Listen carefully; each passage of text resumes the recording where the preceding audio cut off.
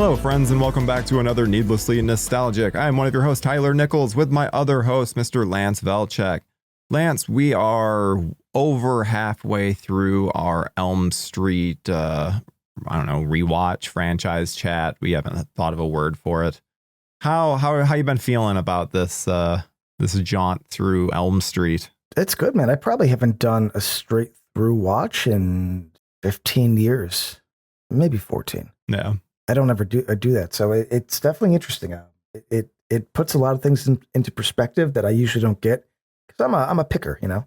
Freddy's Dead, The Final Nightmare. This released in 1991. Rachel Talalay, longtime producer and worked her way up in the Elm Street series, makes her directorial debut on this film. And then, obviously, characters from Wes Craven. Then the story was from Rachel Talalay, and the screenplay was by Mr. Michael DeLuca, who is currently one of the heads of Warner Brothers. Which is very for now. He's about to be replaced by Peter Safran and James Gunn as last. Well, I don't know if Gunn is involved with that. I just know Peter Safran, but yeah, I don't think that's going to be happening. This is starring Robert Englund, Lisa Zane, Sean Greenblatt, Leslie Dean, Ricky Dean Logan, and Breckenmeyer, Yaphet Kotto. I'll give them some credit, and Tom Arnold and Roseanne Barr. There we go. I was having a little Tom Arnold credit, huh? Yeah, technically Johnny Depp is in this as well, but it's like Alice Cooper. Yeah, super brief moment. Yeah, and Alice Cooper, Bob Shea. We get the Bob Shea cameo yet again, which is actually something that we haven't really touched on a lot in our. He shows up in like almost every one, right? Am I crazy? Not. I don't think he's in 3. I'm trying to think through. He's definitely in 2. He's in. We know he's got 2. Is it the S&M bar? Yeah, S&M bar, and then this one. Obviously, he's that weird ticket taker. Freddy versus Jason. He's the principal. He's the principal. He's the teacher in one of them, isn't he? He's the teacher in 4, because that's when what's her name gets killed.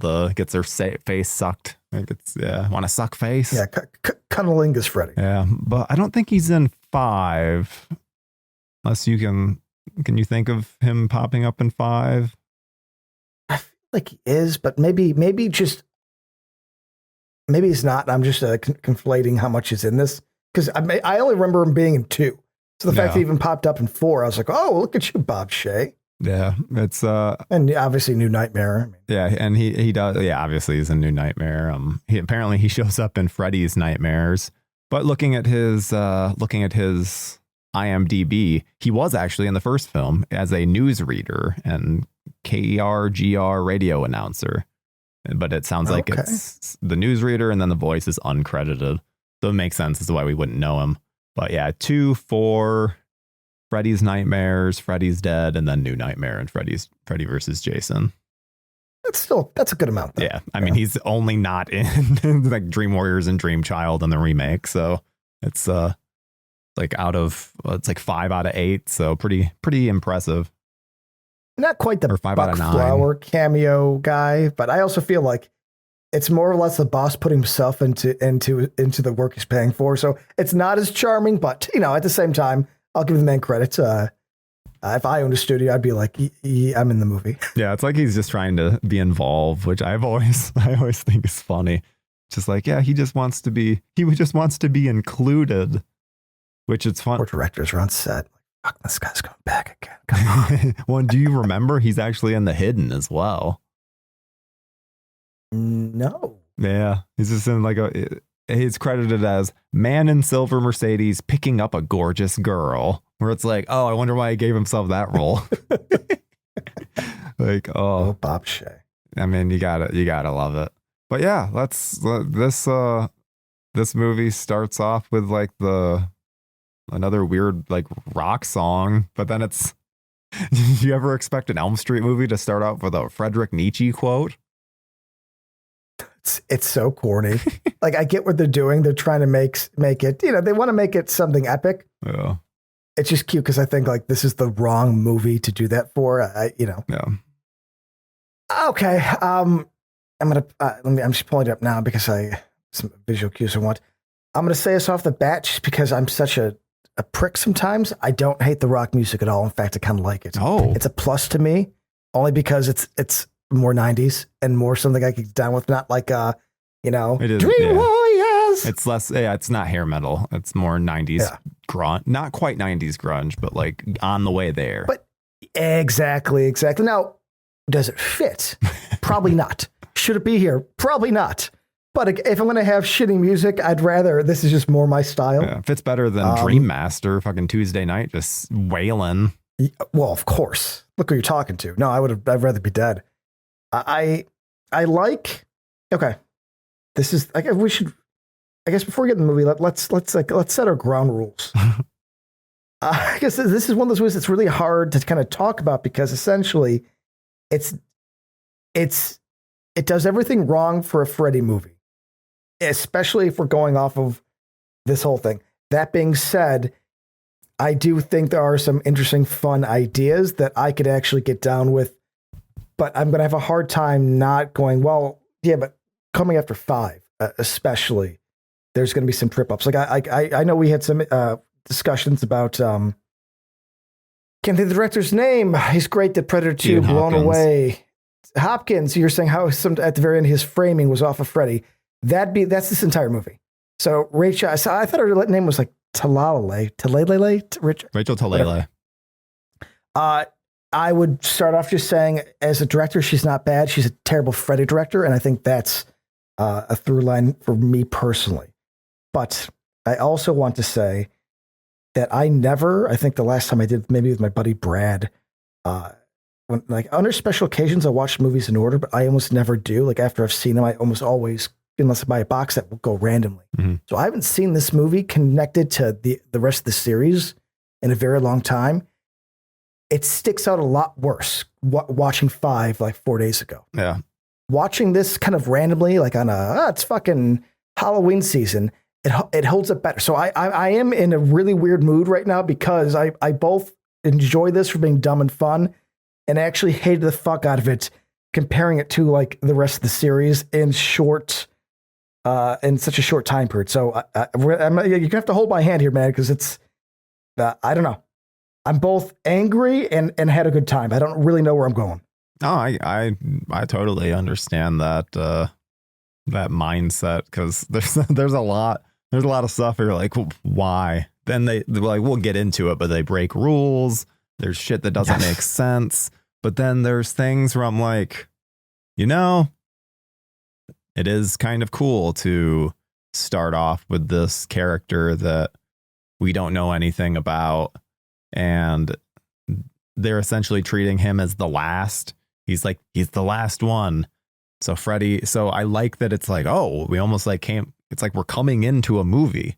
I enjoy that, but I think that John Doe is a very weak lead character, even though I understand what they're trying to do with it. They're essentially trying to pull a Psycho or an Elm Street, like, because we've done the switch with leads mid-movie multiple times at this point. But yeah, John Doe is just so weak that then if you're going to have a character named John Doe, guess what? We need to discover their identity, and that we need something. We need a little, just anything. But instead, it's a character that I have no way to connect with him. He's just there. Their entire purpose of him being John Doe is that so they can trick us into him not being Freddy's son. Yeah. Right. Yep. The problem is that you make an entire, like, that's almost the whole movie, for being honest. Mm-hmm.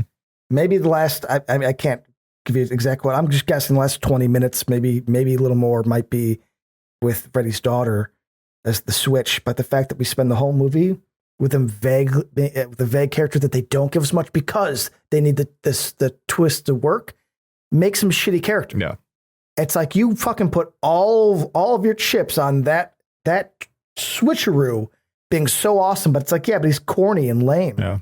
To me, it's like, well, drop it. Like, the Freddy's kid thing should come probably in the end and just have us. I like the idea, at least, and talks about like adding things. I wrote down expanded mythology in both interesting and shitty ways. I like the idea that there's one last kid. it breaks the rules a little because I'm like, but at this point, this is the step too far I'm okay with. Yeah. Last kid ever. Freddy needs him to get out and get more kids. That's fine. It's not so far out of the realm of possibility, especially after 5. Mm-hmm. You know what I'm saying? Like, okay, whatever, man. The Dream Child was a unique and convoluted way to get Freddy back. I don't mind this. Yeah. I actually think that idea is good. But the thing is, it doesn't stop there. Then it's like, okay, but like you said, it's not, we're not breaking rules. And I feel like the whole thing of him being a family man is one of those things that to me is a little too far, but I'm getting ahead of myself. I do at least think there are kernels of things in this movie that, if I could kind of take my ego out of it, aren't bad. And I think that's why, as I've said to you, and you agree, that as bad as this is probably the worst of the England run. It's not a movie that I would skip, and it's not a movie I don't watch. Yeah. You know, you and me will not watch, and you better fucking not go behind my back, watch Jason Goes to Hell. You know, it exists. I'll never see, I mean, I'll use it as like a coaster, you know, like if you needed like to put your drink down, I'd go and grab it for you, but I'm not going to put that on. I'll put this on. I think that's a major difference, even if this is the worst entry in the England run.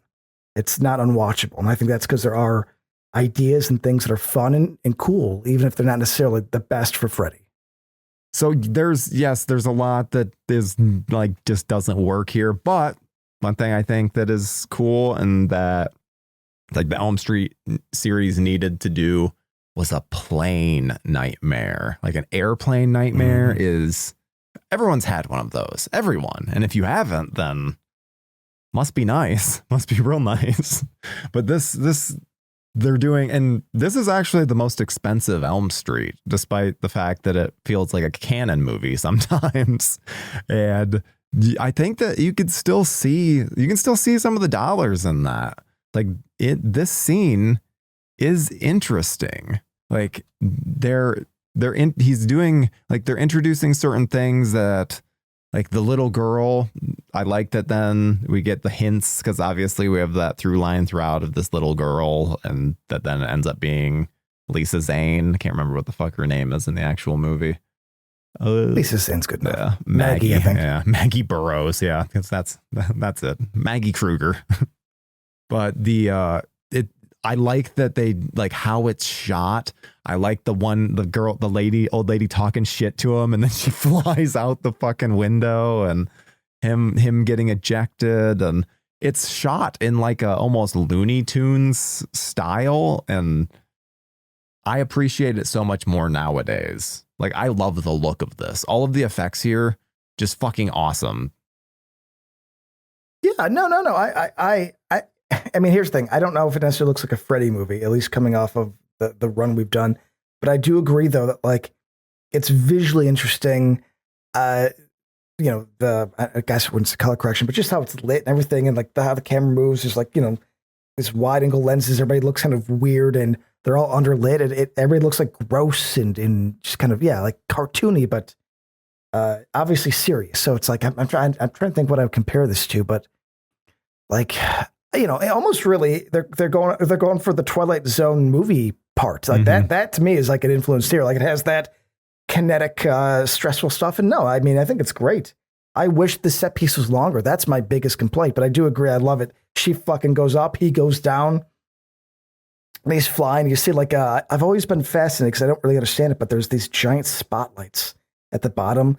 That's almost like, you know, like when you have some big event. I always wondered what those are for. They never get to that, but it's still a very cool visual gag. Yeah. I was just on a plane the other day, and I sleep on planes all the time. And I had a nightmare that the plane was crashing while I was on the plane. I woke up in a fucking like, So I get it. Well, it's like awesome miniature too, because they do a miniature of like the suburbs that then they can do the quick like push in on like he's falling. Like, it looks awesome. The whole time remember thinking as a kid of how stupid all of this was, but now I'm like, oh, look at all these practical effects. It's like, I love it. I mean, it is, but here's the thing, it is stupid, but it's not bad. That's the difference. Like, I like the idea. I mean, again, stupid in concept, not in execution. Okay, perfectly said. because I really do enjoy, even if it is silly for Freddy, that he keeps having these essentially connected nightmares where he keeps going back to the house, finding the house, found the plane. You know, it keeps happening. It's like this 10-minute scene of essentially just like he can't find the reality, and I always like that. Yeah. Of course, then we get Freddy on the broomstick, but I will say his voice is great. He has that deep, like almost old school modulated voice, which I'm going to start off saying I remember specifically this movie not having a modulated voice, and I was wrong. I would say this. I know. I'm pretty sure you and I get into it a little bit in the last episode because you were fighting me on the modulated voice, and I was like, "You're about to have a bad time with Freddy's Dead." I'm right about 4 though. I have scenes pulled up, but this is not. It's actually, I wrote it down, but it's modulated different than any other movie. Not so. I am wrong. It wasn't Robin Williams' voice, but I actually wrote down it's Macho Man Freddy Krueger. He has a voice that sounds like this. And I was just like, what? There's a moment where he's like, this is your brain on drugs. And I was like, what the fuck are we doing here? I don't remember the Macho Man thing, but I will say I was wrong. For sure, I was wrong. It's modulated more than any other movie. I just think that the setting was off. They have it on Macho Man. They need to take it down a bit. I still go back to I don't think the modulation has changed much. I think it's Robert Englund's voice that changes. Like, I think that it's him. He's trying to, like, he's trying to add some personality. He's like doing little things that then I think that. But then they should be tweaking it to fix it. You know what I'm saying? Like, if it's the 80s, they just had everything set. Like, they're not going to tweak things. Fuck that 4, dude. 4 was the most even. Why was 4 so even? You know what I'm saying? I'm saying. So this is where we keep having this disconnect of like, I think I keep saying it, but I don't think it's getting across to you. I'm saying that the difference in his voice is Robert Englund. It's not. And so his voice in 4 is consistent because Robert Englund's voice is consistent. It's so then when he changes his voice, when he does things like, oh, he's doing a quick thing. Oh, he's doing a big thing. It's just his voice that's changing. The modulation is the same on everything, maybe outside of 1 and 2. Because I think 1 and 2, they're just like, they don't know what they're doing. I still think they could have tweaked it. I feel number 4, he changed his voice at parts and it still sounded good. So something was done in 4 that was different. And you can't take away that 3 and 5, they don't have it at parts. Give me that at least. I think it's always there. When he pulls his mother's head up. Nope, it's there. I have it. You can hear it. But it's not the same. It's completely. It sounds the same to me. Dude. Okay. All right. We need to have a whole episode where we're going to play him and have a conversation. Hey, if I'm wrong, I'm wrong. But I have to. We got to see this through. I got a special episode for any modulation voice. All right, so I like the wicked witch stuff. I don't know. It's the kind of thing that used to bug me, but now I'm just like, no, that's Freddy. Like, Freddy does that kind of thing. If anything, then when we're seeing like the Jackie Earl Haley version, I'm like, I could use. He kind of needs to get on a broomstick and get some personality. It's not as far out of the realm of possibility watching these straight through. I do think it's dumb, but I do agree with you. I think more or less it just butthurt people, and I understand why, because it is like that final step. Like, he was at the line a lot, but this is the first time he went over. But the thing is he didn't go over far. He stepped over the line, but it's not like, oh my God, we're going from 3 to Freddy's Dead. He put sunglasses in on 4. That's, if we're being real honest, that's just as stupid. Yeah. But we accepted that because it was handled better. But so I can't, in all honesty, really hark on the broomstick when I also think the glasses are cool, because that'd be hypocrite. One's done better. He wears a surgeon outfit in the last film. It's like, this is what, that's a good point. This is what Freddy does. It's like, that's just a Freddy thing. So many people that just like anything that's just like outside of, I want him to be in a boiler room and scraping his claws on pipes and looking scary and saying one-liners. That's what I want from Freddy. Or it's like, oh, so you just saw Freddy versus Jason, and that's all. It's like, you don't want any actual nightmare, anything cool.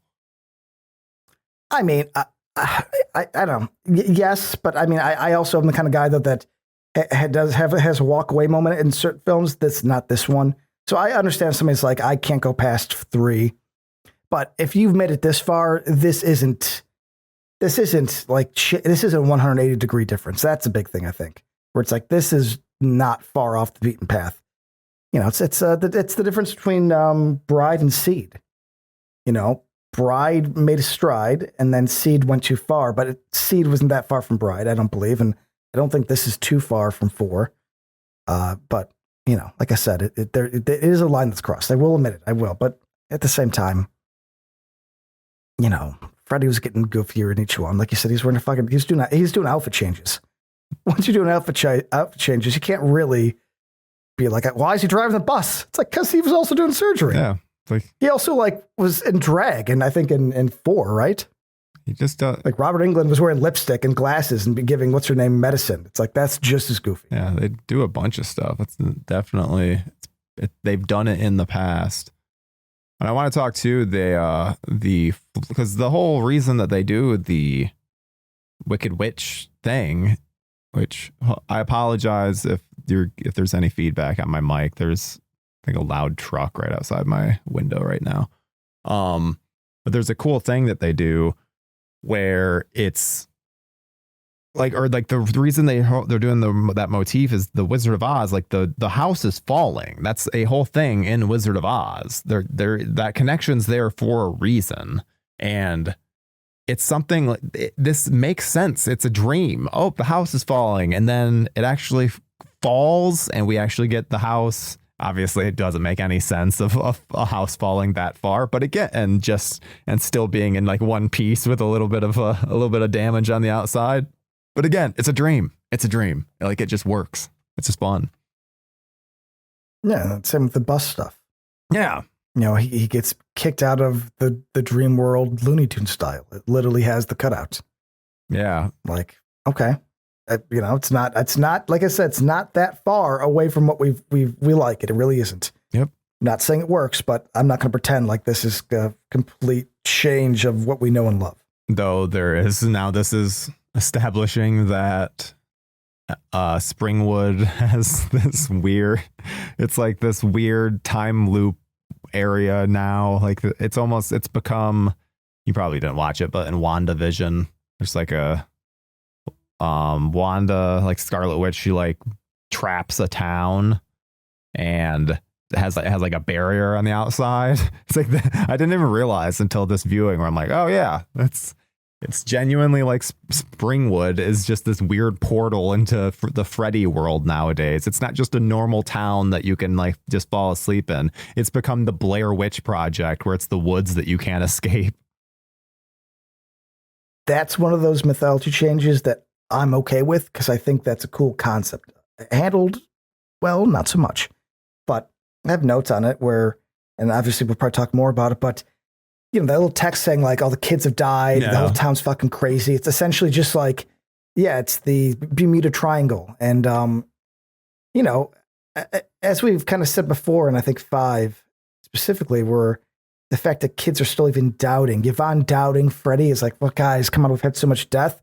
This to me is the natural progression where it's like, okay, but let's take that concept and go farther. Yeah. If this happens so much that the town will go crazy and that the people can't leave and they're stuck in this thing, like I don't mind that. Again, it is.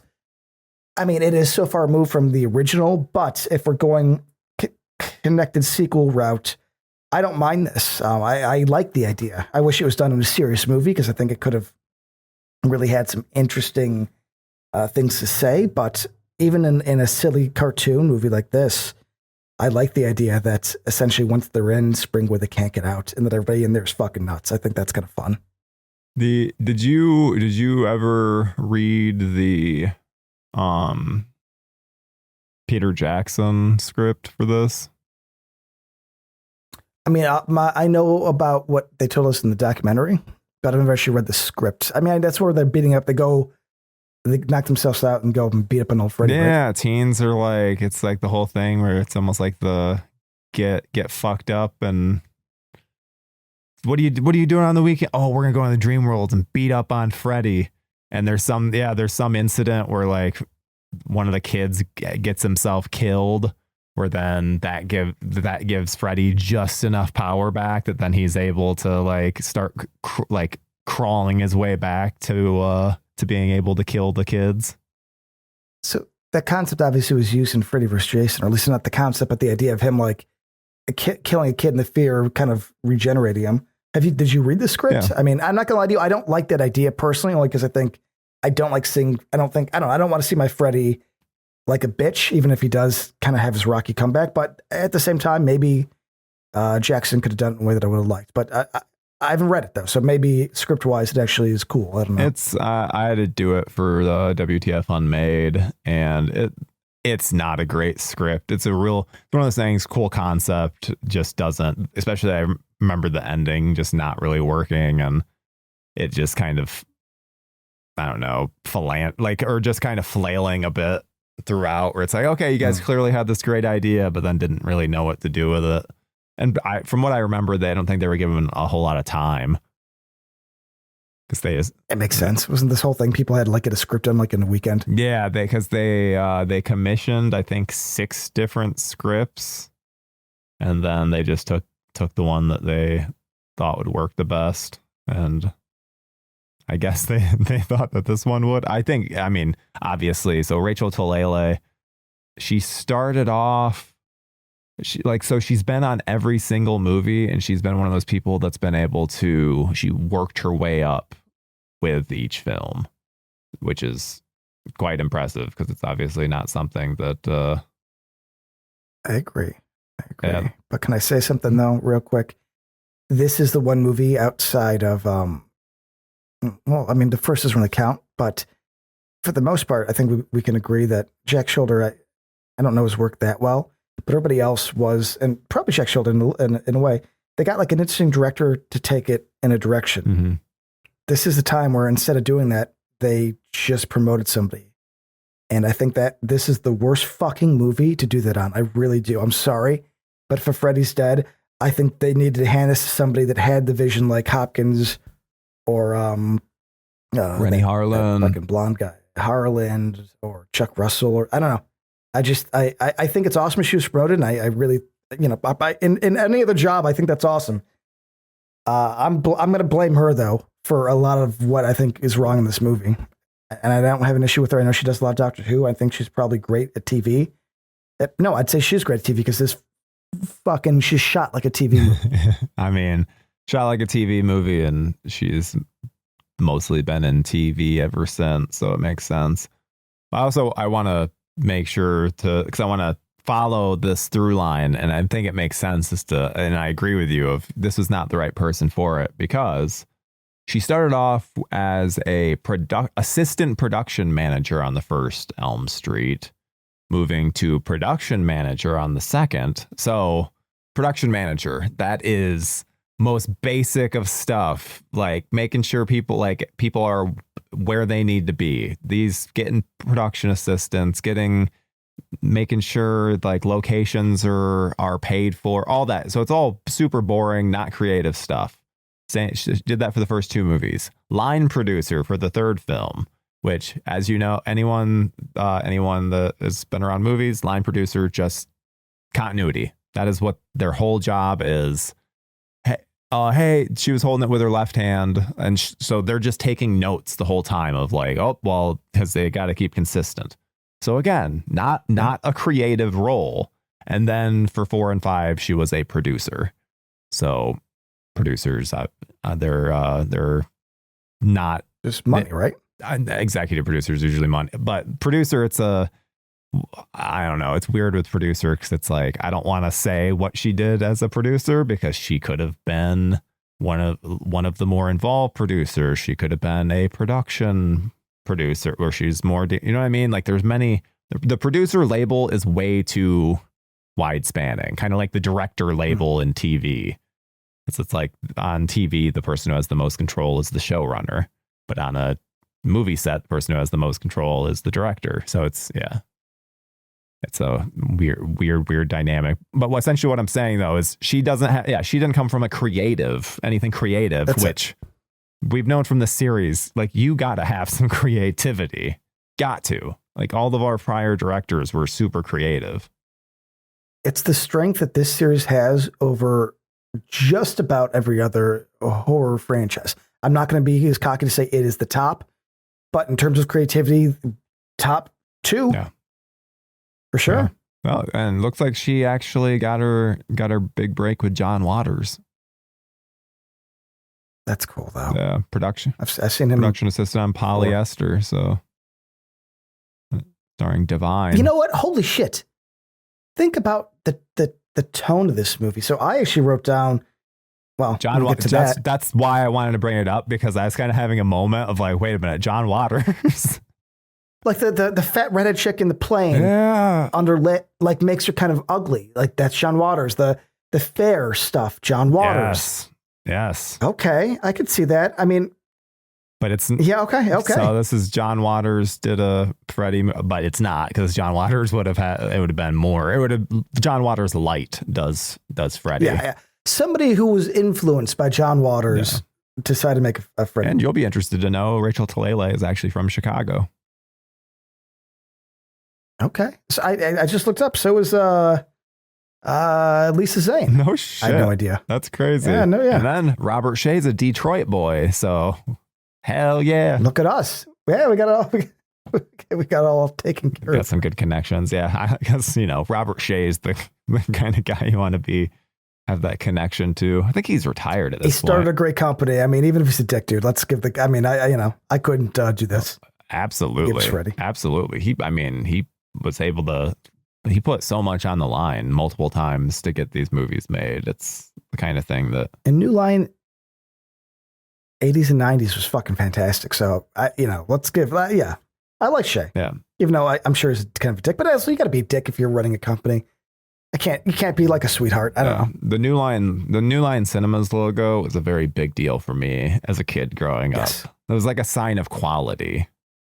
But that kind of cool quality, Freddy, Teenage Mutant Ninja Turtles. There's a couple. Because we got that a few times. Lionsgate had that at one point in the 2000s, where it was like when those Lionsgate gears came up, you're like, okay, I'm in for something. It's kind of it's happened with other. Blumhouse was another one. It had it briefly. A24 briefly, but now it's every great empire falls, and so there's always that change where suddenly it's like, oh no, this label, it's like this logo, we're in, let's run for the hills. Dimensions at one point in my life in like the 90s I thought was super cool, and then by like the mid 2000s I was like, oh yeah, Dimension. Yep. When that Dimension logo would come up, there was a big difference from Scream to Black Christmas. Like the difference between. Yes. It's like, here we go.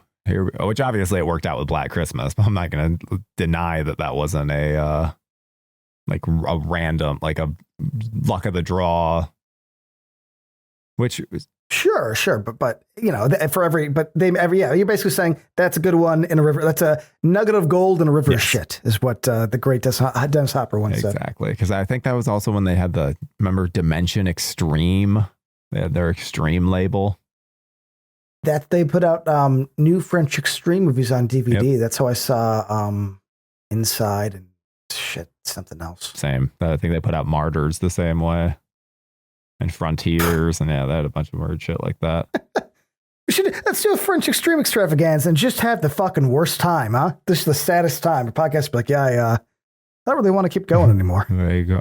Why do I keep waking up? Like, and we have a new host today. Tyler is in therapy, so. All right. Well, okay. So John Doe's in the real world by now. Yeah, he gets to the shelter, and it looks like NYPD Blue. It's like, why? Where are they keeping these teens? Why are they keeping them in what seems to be a like mental asylum? slash the car shop from Christine.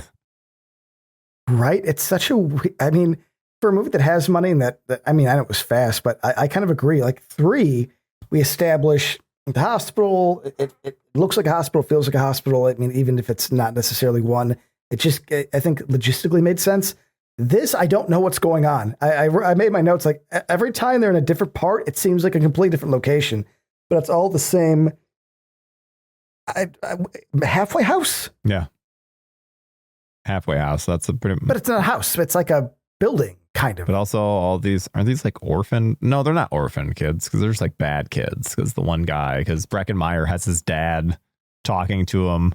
Because at one point, even he's like bitching to I think Lisa Zane. He says something about how his dad is trying to hook him up with his girlfriend's friend or something like that. It's like, oh, what is going on here? This is a strange dynamic. The dad's acting was so bad I had to pause it and rewind it. And I was like, should I make a note of this? And I was like, no, this poor guy probably had like a minute to rehearse his lines.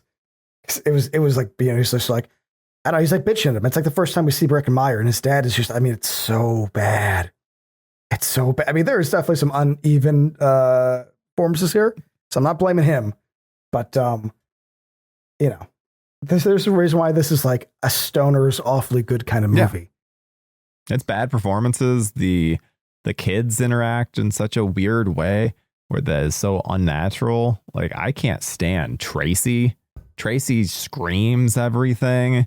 It's like I think her main inspiration was Courtney Love because she just seems like a fucking hot mess. Yeah, she's unreasonably angry and confrontational. Like it just comes out at the worst times. Yeah, it's like she's playing the bully character.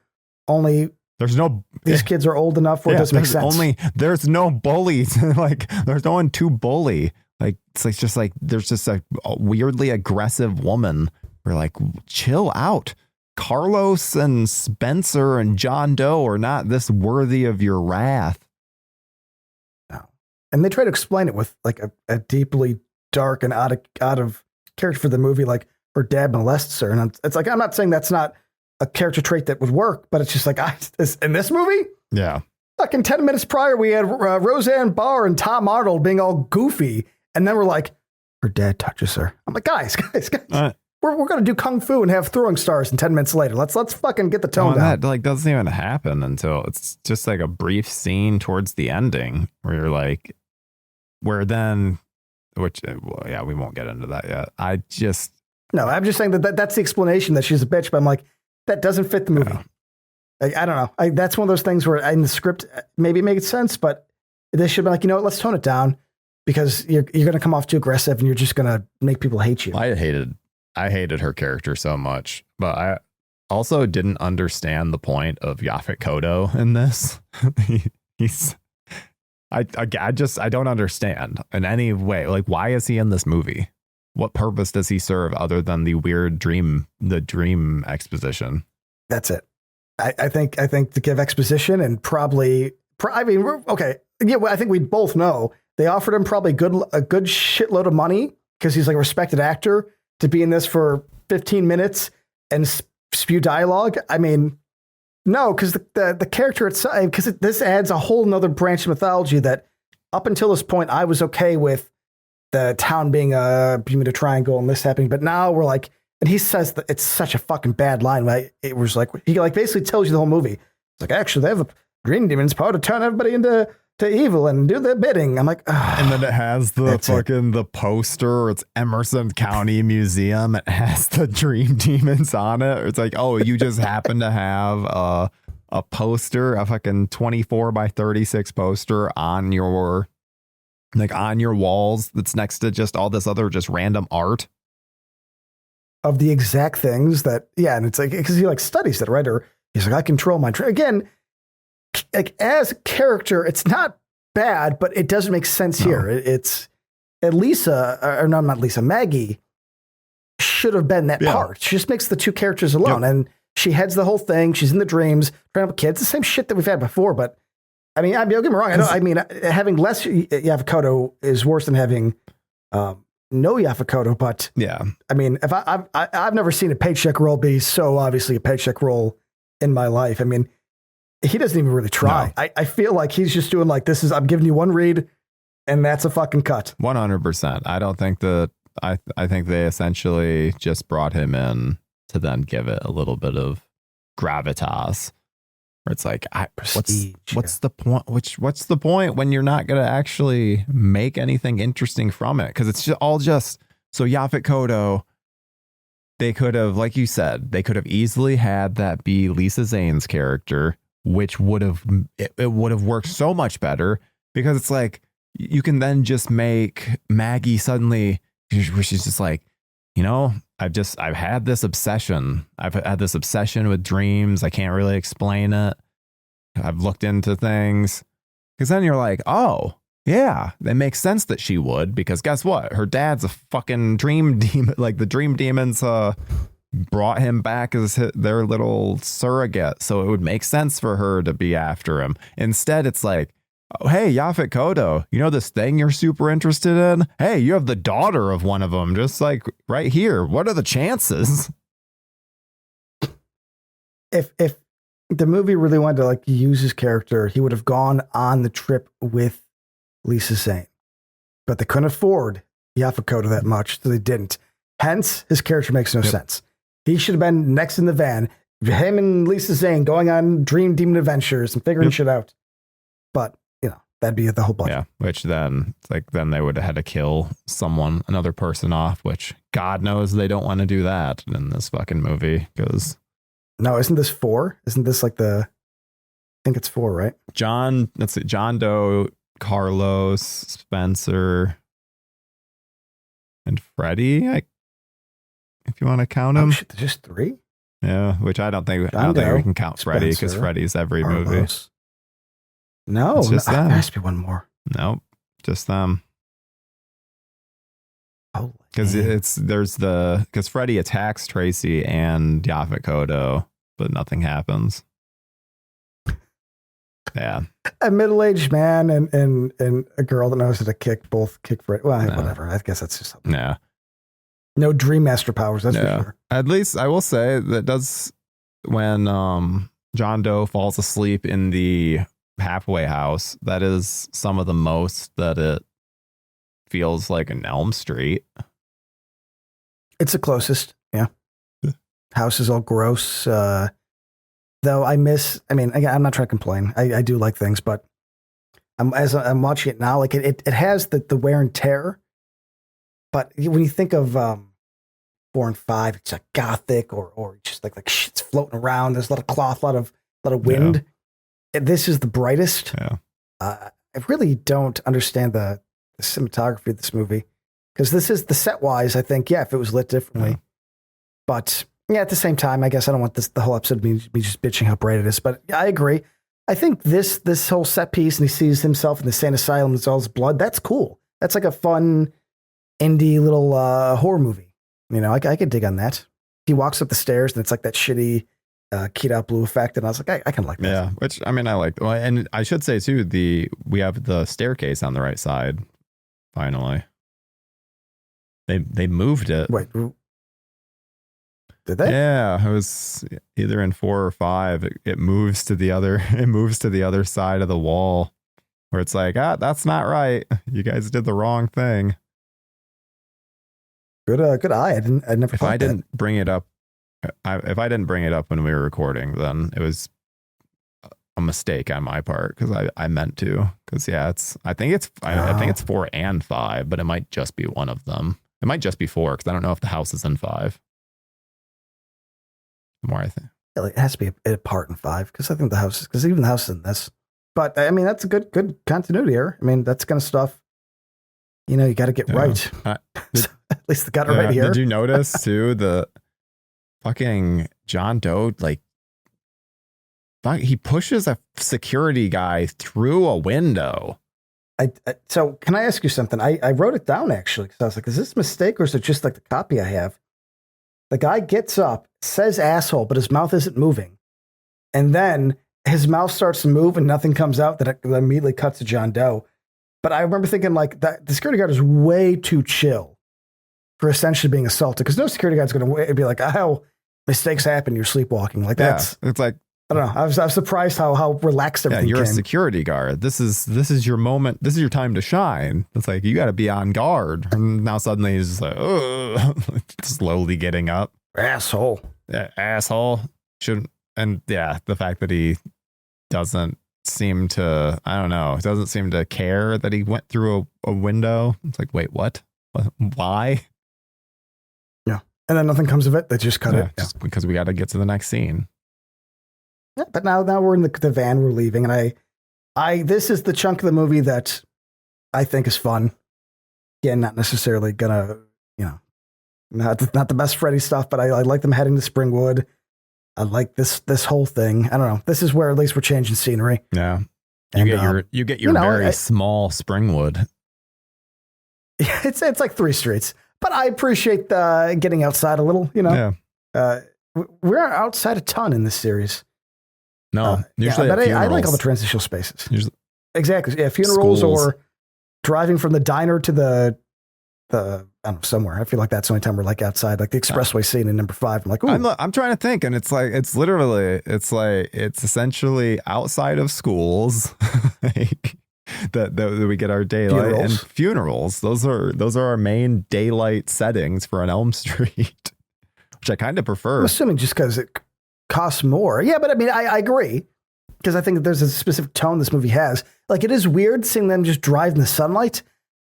I like it. Now, I don't know if it works. It probably doesn't, because it like seeing this town so much sunlight. I mean, really, outside the first one, we really don't. Like, I mean, yeah, of course, like what's her name? Night pulls in that spot and fucks up her driving. Like, yeah, that's in the daytime. But for the most part, we're usually like inside a building. Yeah. So them being, I mean, well, and also this is the most California ever. Yeah, it's. I mean, I guess I know they're in Springwood, but like even when they're in Springwood, it's like, guys, super hilly and Ohio's. So I mean, Ohio's hilly, but still. But I just feel like this has a Southern California look. No, this doesn't. Yeah, this doesn't look like Ohio. Definitely not. But and then the fuck up too of that we already saw earlier in the film, when John Doe was taken out of Springwood, with Springwood being this dark and nighttime scariness with being within the dream world. So why would you not utilize that again? Like, have that be a thing where then like Springwood's always night. Like they're going where they go in and it's like, oh, it's already nighttime.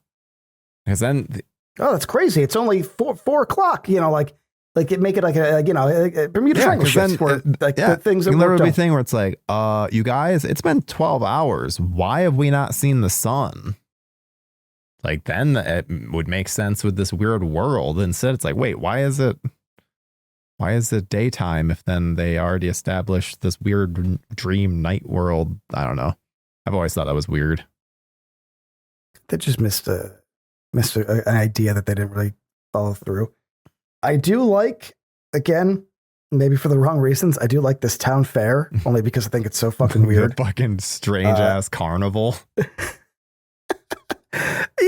I wish it was handled differently, because I think, again, concept I really do like, but it's wacky and probably for the wrong reasons. I mean, I even wrote down, there's a couple moments where Tracy, like, she can't hold, like she's supposed to be serious. She's getting yelled at by Tom Arnold and Roseanne. And I mean, you know what happens when you're trying to hold your laugh, where like you don't laugh, but like your fucking lips perk up. And I mean, she does like 3 times. I'm like, clearly that's the best they got. But all I can think is like, man, she's barely holding it in. Yeah, because they had Tom and Roseanne for like no time whatsoever. I think it was less than a day. I think they had them for a couple hours. So they definitely, I think there was just like, did we get it? It's like, how did Tom and Roseanne look? Like, that's all that matters. Did they get it? Did they get it done? What a weird thing, dude. Like, I've seen the documentary. I don't remember like why they had him in here.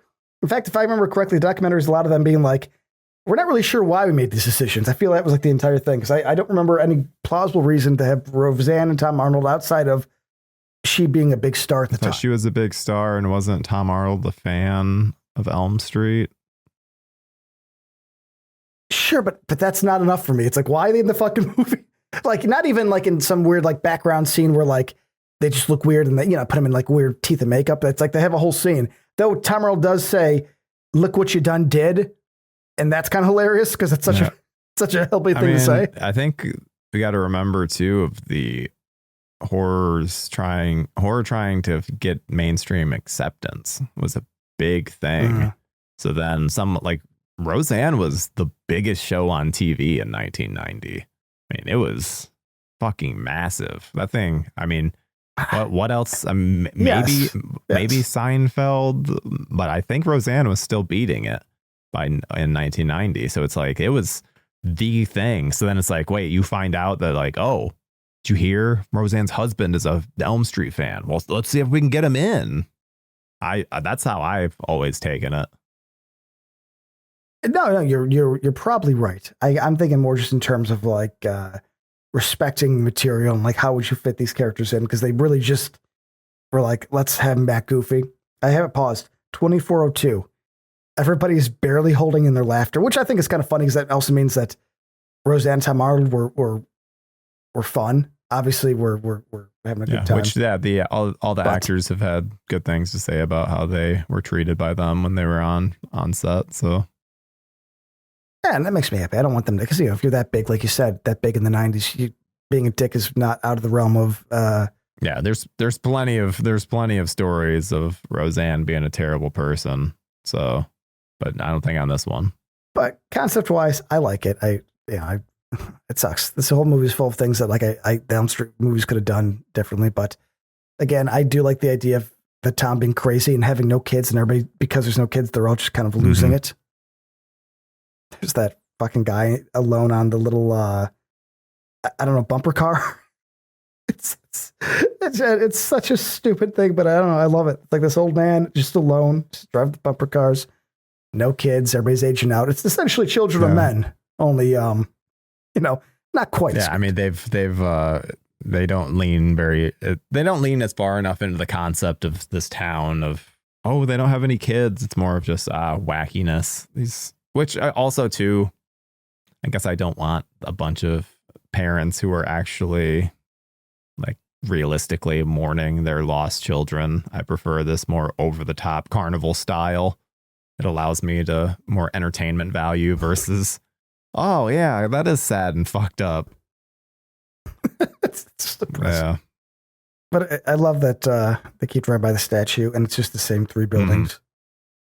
Like, I'm sure if we look this up, this is probably the Western town they filmed everything else in. I want to bring up something that I had never noticed until I did a video on this. This is a good time for me to plug that. Look up Joe Blow Awfully Good. It's a new Joe Blow YouTube channel that I admin, that I do 2 videos a month on, and I did Freddy's Dead as my first video for it.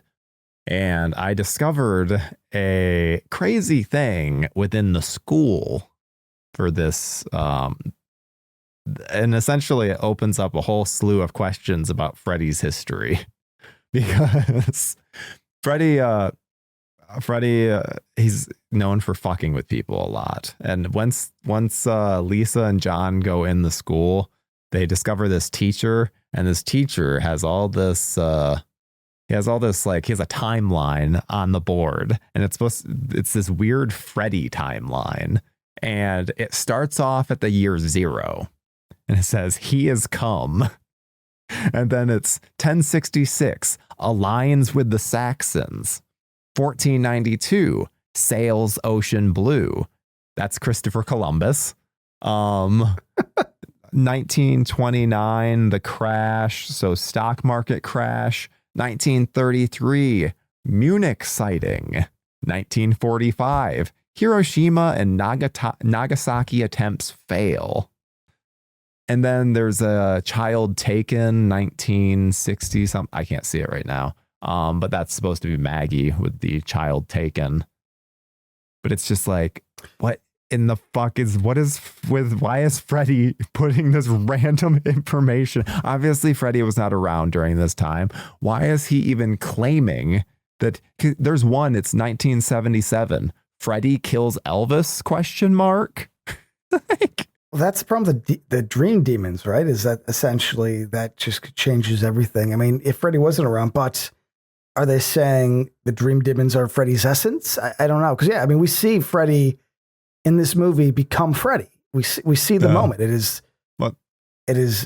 rough. There's because it could, and you could also interpret it as this wacky teacher guy who probably has lost kids and all this stuff. This is him trying to this is his Freddy research. This is the stuff that rationalizing. He's trying to figure out. Because the thing that I love the most is after the Freddy kills Elvis in 1977, then it just becomes a kills, which the X's. Yeah, there's just where it's just marking all of Freddy's kills, and there's so many you can't even count them all. Like, I love that kind of thing. That adds just a little bit more world building that I like, because then it's just implying of oh yeah, Freddy's really been at work here. You're right. But like you said, it would be cool though if the timeline actually was correct though. It started with 19. Yeah, like if they just did it based on the actual stuff. But this is saying what if the entity of Freddy's been around forever? And again, fine, but it's yeah, this wacky guy is since the town has been so affected by Freddy, he's then what are these other things that Freddy has affected? Oh, Nagasaki, the Nagasaki bombings, Elvis, this person, that person. I mean, he's not even he's not there. He's already crazy at this point. So it's essentially it's the markings of a madman. Because there's another one that I keep trying to trying to see what all of them are. One of them is 1969. Freddy kills MLK. Wait, really? Yes. It is at 2910. It's wait, because I'm on the blackboard now. It's not even there. Yeah, I know. It's a 29 because there's multiple shots of the blackboard. Because I know this because I had to use screenshots in my video. I actually didn't mention the MLK one in my video, but yeah, at 2910, there's a shot. Yeah. And you can see it's Freddy kills MLK. It's just, and there's one of them on here. He's is the first death by automobile accident, which then it's so this teacher is oh, I think Freddy killed this. Freddy's actually the cause of this lady that we were saying died because of a auto accident. It was actually Freddy. Just insanity. Freddy's death is what this guy's essentially coming to. Yeah. That stuff is fun. I mean, if you really think about it, it's not too far off from the idea of New Nightmare, which is an entity that's been around and pure evil. It's this is not that crazy, but we don't have this wacky guy with this fucking hair. I didn't even realize too, because does this mean? Because obviously we get the Freddy in the opening kill, but we don't get Freddy again until Carlos. Yeah, there's a giant chunk of time. 30 minutes with no Freddy. Very different from the other films. Especially as this one isn't trying to make him scare anymore. It's just, I mean, I guess their whole point is they're doing a lot of world mythology building. They're definitely expanding and I've never really found this movie to be boring. So obviously it at least has that where there's enough wacky shit going on. But you make a good point though. If I step back and think, it's we're not actively having Freddy involved because his whole thing was go fetch. Yeah. So it makes sense. But yeah, I mean, now that you're bringing it up, I'm ooh, maybe that is a problem. Yeah. This is a strange. Should have cut back to him, They should but then again, it's probably back to the Rachel Talalay aspect. She was just a first time director, didn't realize. And then the indie element of this, because despite it being New Line, these are still very much independent films and how they're made. And so it's not like you have a ton of reshoots. Kind of, it's just what you have, which I wouldn't be shocked if they didn't have any reshoots on these. The strength of these movies is also anytime there's a problem, it's the same. It's what makes them great is it makes them shitty. Is that exactly they're indie films shot on a fast budget, fast time. So it's you get somebody who has an interesting vision, you're going to get cool shit. And then if not, you're going to get what I call Pete and Pete Freddy, And this would be Pete and Pete Freddy. I mean, it is 100%. It's because this is when they get to the house, which I like. So I like the house switch. That's fucking cool. That's a cool shot. It's a cool concept. of them. Yeah, it's Freddy. It's Freddy. That's what he would do. It's like, Yes. it's a facade. Yeah. Where it's like, it's this real generic house. It doesn't look right. But then with the blood, when the blood starts pouring down the front door, and then it switches to the miniature, and the miniature just like blows up, and we get to see her. It's like, oh, there it is. There's 1428 Elm. It looks amazing. Looks as good as ever. Mainly because it's a miniature. They never actually show it from the outside without it being a miniature, because I think it's all just a set. 100%. It's funny because I don't know why. I've known these were miniatures, and even I think the ending of part 5 when it's Amanda Kruger and it's clearly just a puppet. Yeah. This looks like that looks more of a puppet than I remember, and this looks really, really miniature. Like, I'm not saying it's bad, because I do love that shit, but it's weird at this point in my life where I do think some of the magic is gone, where all I could see when I saw this is it looks like it's about a foot tall, you know? Yeah. But again, fine. I don't give a shit. It's cool. And I prefer this over than a CGI, the warp anyway. Mm-hmm. But I do like the house. It's the house. The most important part of this whole franchise is the house. I love it. The house is, I mean, we essentially need the Dream Demons may have gave the house the powers, and Freddy just he just kind of got some of the spillover. I mean, I know we'll get to it eventually, but I just want to mention the fact that the Dream Demons are sperm, or at least sperm influenced, is such a choice. That's so dumb. I don't know why they fucking. That's dumb. Well, the Dream Demons is a stupid idea anyway. Let's be honest. I'm always the guy that is defending the characters, and I have to say, least favorite set of characters in all of Elm Street, maybe even more so than the remake. I dislike these people. I don't like anyone in this movie. This is the first time I tend to like people, even the stuff like Jesse was a little bit of a whiny bitch in 2, but I really liked Kim Myers. Yes, I was going to say, yeah, because Lisa brought Bobo Meryl Streep, brought something to it. No, this is absolutely the worst. I mean, they waste Yaphet Kotto. I do like Lisa Zane, but maybe just because I find her kind of attractive. I don't know. Yeah, she's cute. Is that weird? I was thinking but she kind of looks like Billy Zane. It's like, kind of confused. I couldn't. Every time I see her face, pull both up. I'm looking at it right now because I just can't see it. There's some people where that's all I can see. It's just like, she has some Zane, but she's cute. I like I don't know. I do like her character, at least in terms of how it's portrayed. She's like just her calm. I mean, maybe that's just who she is in real life. The character wasn't really altered. So I do like that. I know. I always like a calm, relaxed character in a movie like this, because I feel people tend to write like energy, but even her, it's like, I don't give a shit. She's the best by default, but no, these are the worst characters. I've never liked any of them. They're all annoying. They're all like, I know this is 91, but they do have that sort of like, like the hippie thing came back in the 90s. And, listen, I like Blind Melon. I could get down on a couple albums. Soup's fantastic. But it has that sort of like, yeah, man. It's like that fucking character. I'm like, no, dude. And the only person who's not like that is Lisa. Is it Lisa? Fuck, what's her name? I'm sorry. Maggie? Tracy. Oh, Tracy. She's the only one that's not like a hippie, and then she's just annoying. So that's all we have. John Doe's he has that vibe where he's like, yeah, I'm Freddy Shots. Fuck off. See, they're but you terrible. say that though, but then like Breckin Meyer, he's supposed to be a stoner, and I don't think he acts like a stoner at all.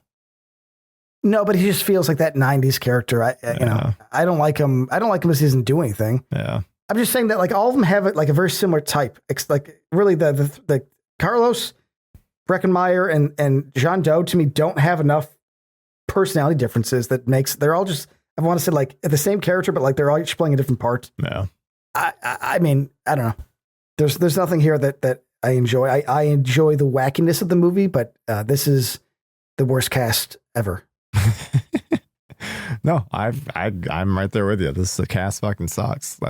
We should have followed Tom Arnold more. Anyone, the weird guy on the bumper cart ride would have been more interesting. I could not care less about these people, which is why let's talk about their deaths. So Carlos is first up. I like this concept. It does feel like a old school Freddy kill. It looks like it too. Yeah. Like she lit it. I don't know if it's by accident. It has to be. But 100%, this feels like, and this is what we talk about. Where it's like a few parts. Yeah. It's like, the elevator's mom, the hearing aid becomes the hearing aid, and then we have him fucking with them. It's like, it's wackier than normal, but it definitely is in the realm of what we love. And I've always been a fan of, this is a great kill. It's a great little section. You get over the humor part of it, and it's not inauthentic. It's really well shot too. Like the Carlos, he turns a corner and he's like in the dream, and then he it goes in a circle, and then suddenly there's a brick wall behind him. So I think this is the one dream where it's like, oh yeah, feels like you're actually using some of the knowledge that you learned on these Elm Street movies rather than just random shit of like, hey, Nintendo's popular right now, let's throw this in. That's because that can definitely be how it feels. But I like the whole concept of like Carlos and his hearing aid and him not being able to hear, and then because then it's genius of, oh, you hear there's always that, what, like your mom will tell you, don't like when you're using a Q-tip where it's like, oh, you'll stab your brain, or don't put it in too far. You can burst your eardrum. So then it's playing off of so many different things, and it works well. I love this is my spoilers. This is my favorite kill of the film. Oh, easy. And they kind of hint, which, I don't know if it's a dream, if Freddy's in the dream fucking with him, or if it really happened, but they do hint that the reason he's deaf is that his mom would clean out his ears as a punishment. And she fucked up his ear. And I was like, that's kind of a dark thing. Yeah. Real fucked up. And and the lighting. Yep. That's exactly what I was going to say. The lighting actually works. Looks interesting. Fire. And then there's these blue flashes. Dude, even when it closes up on the ear, and it's that weird little, it's like a fucking bug or something. It's not, but it's like has little legs. But that is missing in this movie. Yeah. That really is. That's fucking Nightmare 3, Nightmare 4, Nightmare 5. I wouldn't be surprised. I know it's not the case, but I am going to talk a little shit. If the concept of something like this was actually written for other movies and scrapped, and they retrofitted it for this movie, because it's the only one that doesn't feel like it belongs in the movie. Yeah. Yeah. It almost does feel like something where they're like, we got to replace, we needed an actual Freddy kill in here. And it's like you said, I was going to say, even this also marks the vast difference in the presentation of Freddy. Freddy is no longer this entity that we're supposed to be scared of. We are along for the ride with him on this, and it's never more spotlighted than the Carlos kill, because we're literally following Freddy at one point. He turns to the camera, puts his claw up as like a whisper.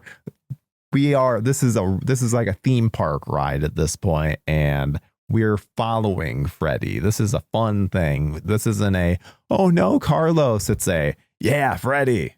Like, you finally get your cheer on. We finally get your like cheer on Jason moment, but with Freddy. He's behind him, like fucking with him because he can't hear him. He's doing these like grandiose movements. Yeah. The Power Glove scene is what you brought up earlier. And it's like, that's a great example of that would not fit in this series. Mm-hmm. Like it is a pretty kill. It does have the dream aspect using something, though they didn't really establish Breckenmeyer being a big video game guy. So that's a little odd. But regardless, it is a set piece, but it doesn't fit the series. Mm-hmm. Whereas the Carlos kill does. That fits Freddy's dead. Yeah. Yeah. It works. And I like the pin drop. There's all these things. It's playing off of these things that you then like they're just inherent parts of life. Oh, hear a pin drop. It's like, oh, so what can we play off of that in a dream? Oh, we're going to drop a pin that can then burst his eardrum. Oh, yeah, catches it. Oh, Freddy's going to drop a shit ton of pins.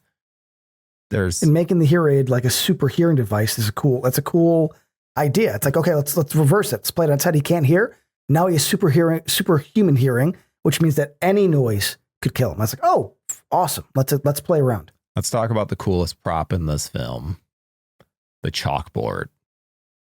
It still looks good, doesn't it? Dude, it looks fucking incredible. Absolutely incredible. He extends it out again.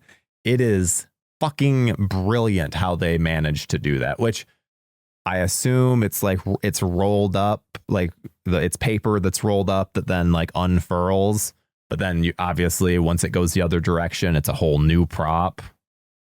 But it's incredible. Even so, it looks good. I've watched it a bunch of times growing up. It's like him pulling it. Like I can see the edge, but it's still like it's so smooth. I'm like, they cut quick, so obviously maybe that's it. But this is the practicality that means something, because you would easily make this digital. There's no reason to make this prop. Make it digital nowadays. Yep. But for some reason, let me rephrase it. Not for some reason, but that's why this looks cool, as opposed to just the gag. Just, okay, well, now I get the gag. Now, no, you may be talking about a fucking chalkboard because it's practical. Yeah. Make things practical if you can, because it adds something. Yeah. Looks incredible. And when I say like, yeah, I know how it's done. That's just because that's how I watch any movie. It's like, oh, how do they do that? I still don't. It's not like I'm seeing the mistakes. It's more of just like, oh, this is the only logical way that they could have done this at this era. And it's insanely impressive. And that's the kind of thing. That's why. And I wonder too of how much as an actor, it's kind of disappointing, because at a certain point Robert Englund was a magician at one point.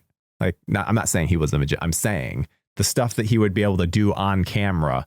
It's the same thing that like a magician would do with illusions. Where then versus nowadays, where it's like, you just kind of, hey, so just do this, and like we'll like the visual effects guys will put this in. It becomes so much less involved. Don't actors prefer though, like having they always? I'm pretty sure that they always. I at least remember during Starship Troopers, people were like, I'd act against a tennis ball, but then you hear somebody, it's like, oh, it's really cool to have like something to act off of or something to like focus on. So it's like, yeah, I mean, I know these are stupid movies when the teens aren't really even acting as well, but at least you got to act off something. That's fun. You get to act off the board. Whereas now, yeah, exactly. Just be the tennis ball. Be like, okay, Carlos, it's going to stretch. Seem surprised.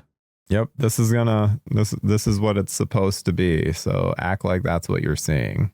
Like, okay. Yeah, I could tell I would never be a great actor, because I could, and not that I would be able to act at all, but I think if something's in front of me, I could at least do an okay job, maybe not a great job. I could never. They're like, okay, the wall's coming, it turned blood, becoming a portal. I'd just be like, fuck, I don't know. I just think it takes a certain kind of skill to really hone in on something that's not there. Yeah, but also it's why the performances that we see on screen can be such a combination of the acting and the direction. It's like for something like that, because I've seen a director come up and where they just like, it's like, yeah, remember that time when you were a kid on Christmas morning, we had all this hope that you had this thing, we're getting this little Sally doll, and you came up, woke up Christmas morning and it wasn't there. I want to see that in your eyes. Like those little where you're like, oh, that's what brought them to this spot. It's like, so it can be such a combo. So then when you people's director. So then in the other direction, when you're not getting anything, it can be really fucking tough. So then with this, where it's like, no, just react to what you're seeing, because this looks fucking incredible. Because what you're seeing on screen is what you're getting. Yeah, exactly. Yeah, you get to hang out in the dream as opposed to a green screen room. Oh, which we'll get into when we get into the remake. But that's why so much of that stuff, it's all just CGI, and why? What is this? Sterile. Like, what's the point? Because they didn't give a shit. That's why they didn't give a shit. They pretended like they did, but they didn't. Yeah. What do you think the I don't know, reasoning was behind just doing 2 back-to-back kills? Because we get Carlos and his head explosion, and then it just immediately goes into Breckenmeyer. I mean, probably because we spent 30 minutes without Freddy, and they're like, okay, well, we gotta kind of keep this going.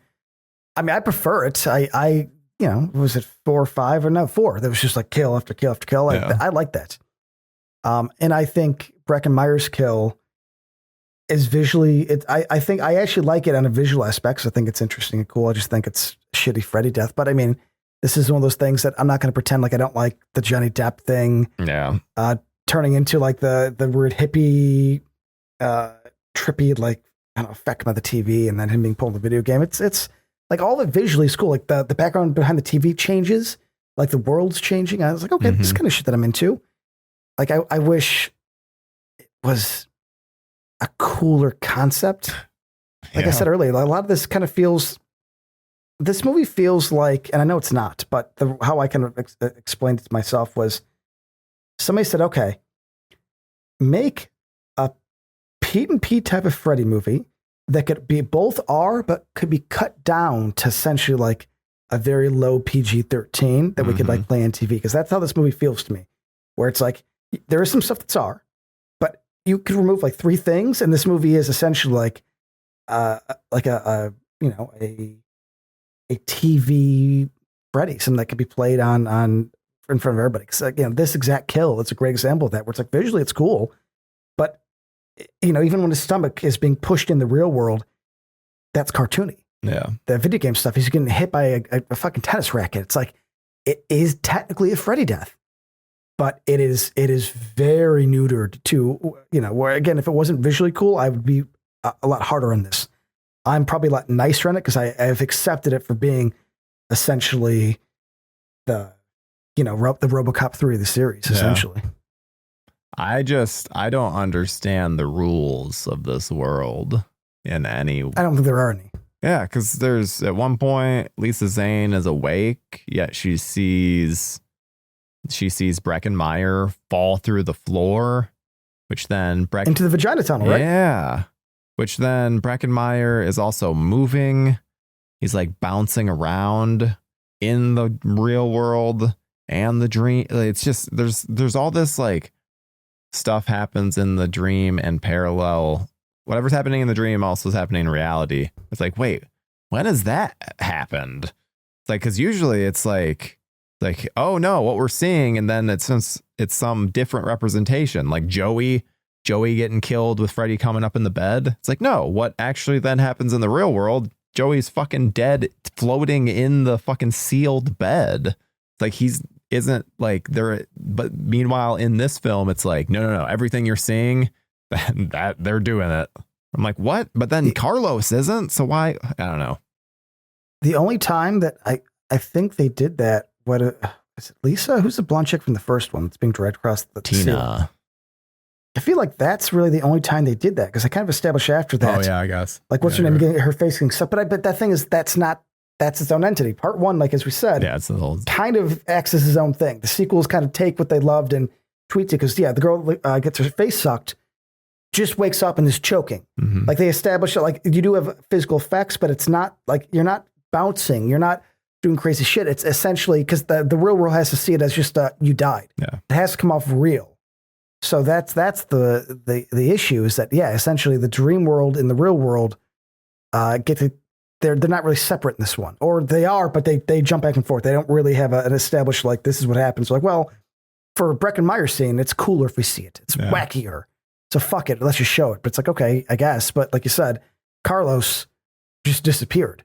I didn't see that fucking guy running around and having his head explode in front of everybody, Guess it could always have been a thing where it's like, Rachel Talalay always liked the first Elm Street and liked how that happened. But they're even in the first one, though, it's not always a 1-to-1, because Nancy falling asleep in class. She's just falling asleep at her desk. She doesn't get up and do all this stuff.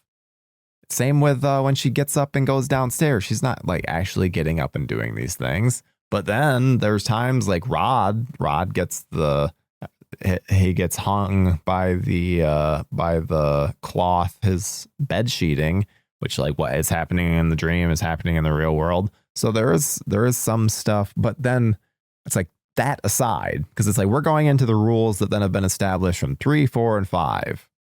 Because like you said, that's what I'm saying. One is its own little thing.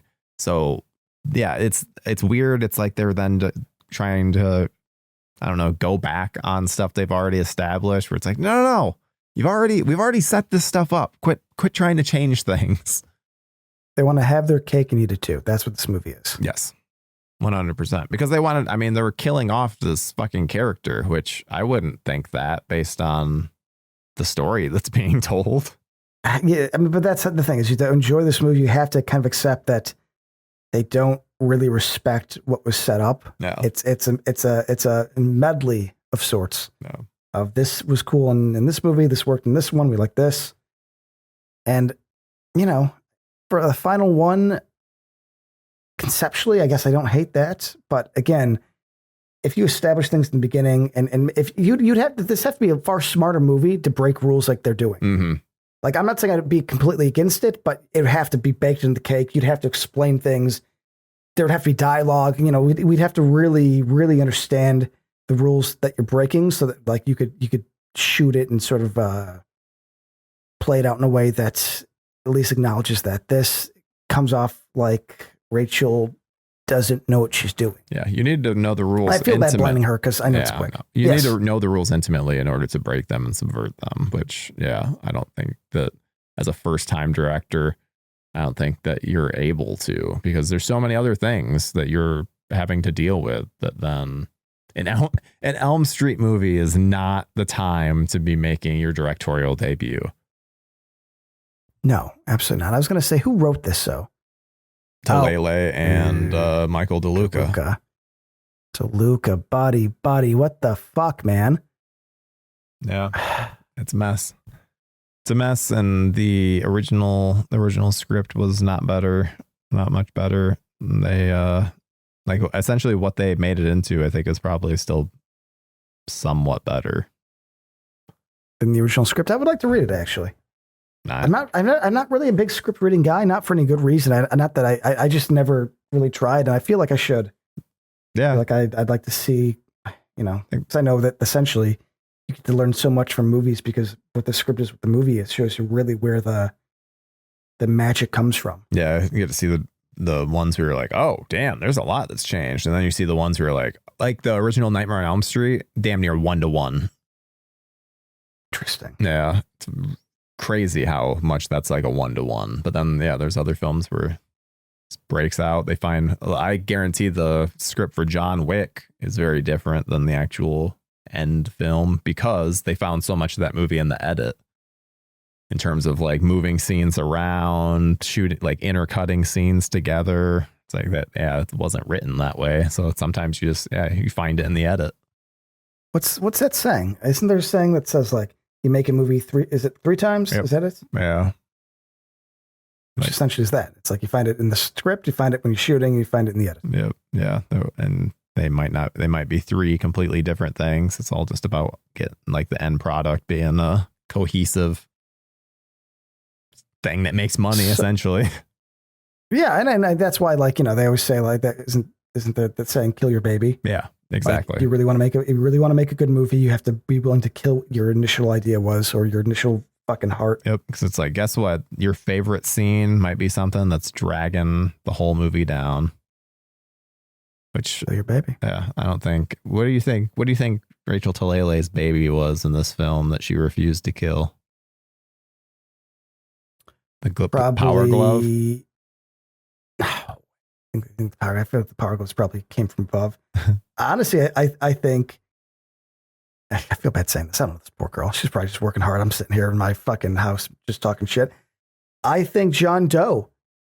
I think that whole aspect is one of those things that sounds good on script, and then I know for a fact they're watching daily. It's like, dude, like, it's not working. He's not a good lead. It's not like there's no cool mystery. And she's like, no, we got to keep it. Because what he dies, I think I'm looking, it's like 50 minutes in. That's when Freddy finally's like, you did your job and brought my daughter back. It's like, we wasted the whole fucking movie. Yeah. Hanging out this guy that had no presence. It's like, I'm not saying that Terrence Malick didn't like Adrian Brody when he cut him from that Thin Red Line movie. But at least that motherfucker was like, I'm not feeling this, and got rid of it. I think John Doe is something that I think everybody realized didn't work, and they still went with it. Yeah. Because I've never liked him. Even as a kid, I was like, I'd rather follow Lisa Zane.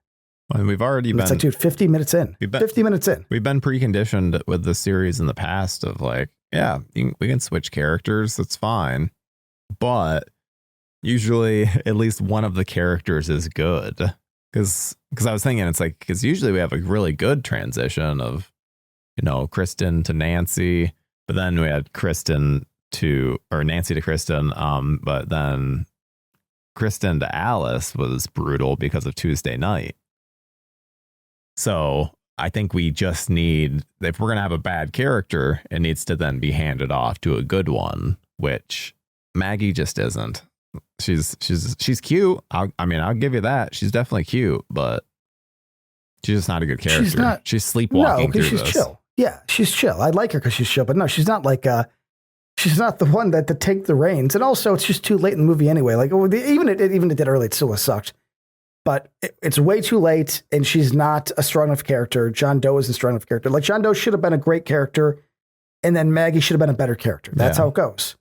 Because we were lucky enough to keep getting upgraded. I mean, this series did pull out, which is something that's probably possible. It's like you said, Nancy to Tuesday Night. What's Arquette's character's called? Kristen. Yes, okay. Nancy to Kristen to Lisa. Right? That's like Nancy to Kristen to Alice to Lisa.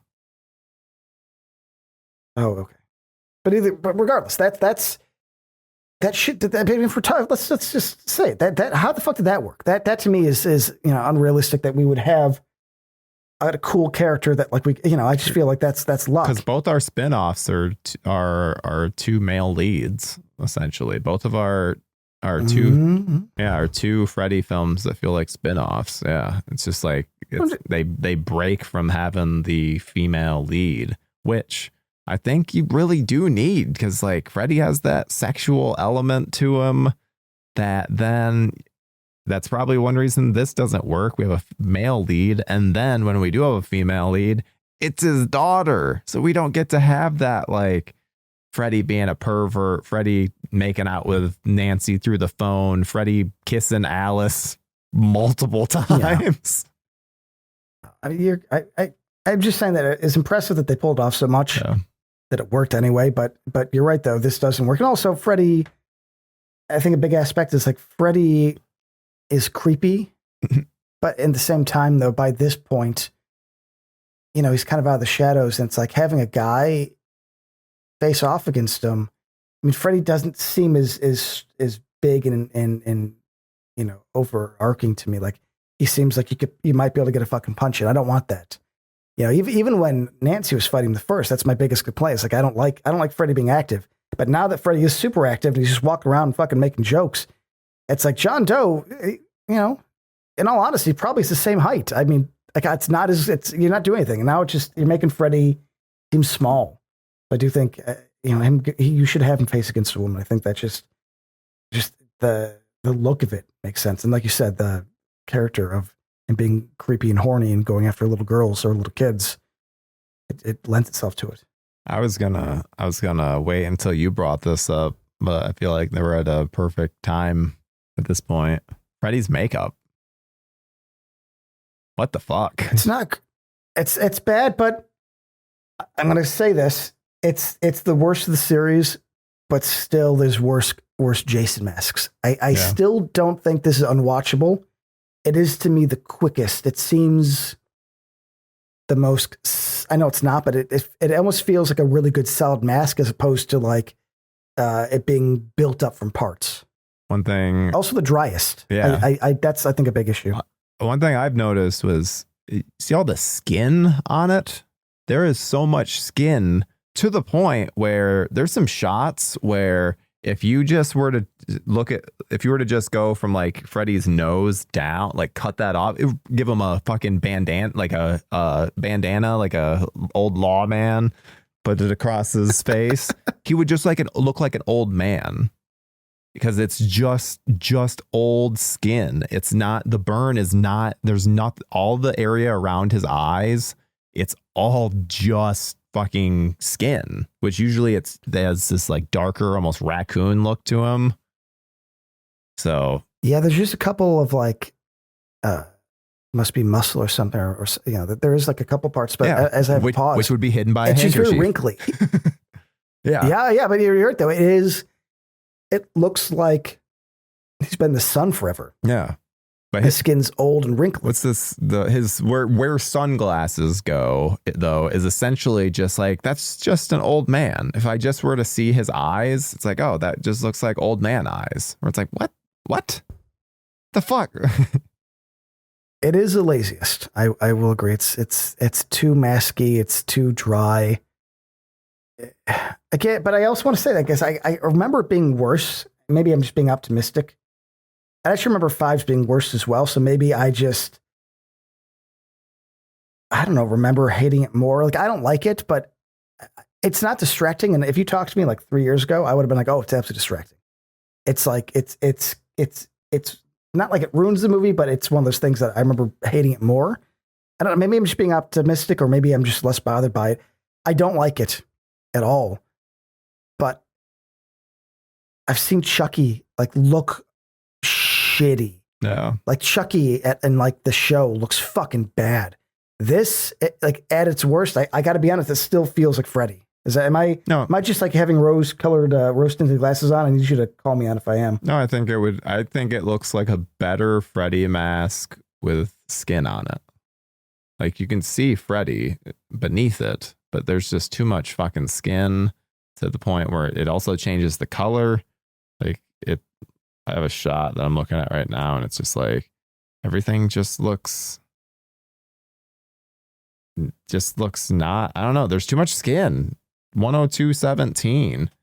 It's too much skin. That's all. Like, I don't want that much skin. I need to see muscle. That is the whole point of Freddy. You need to see the fascia in his fucking face. Go to 5334. It's right after John Doe dies.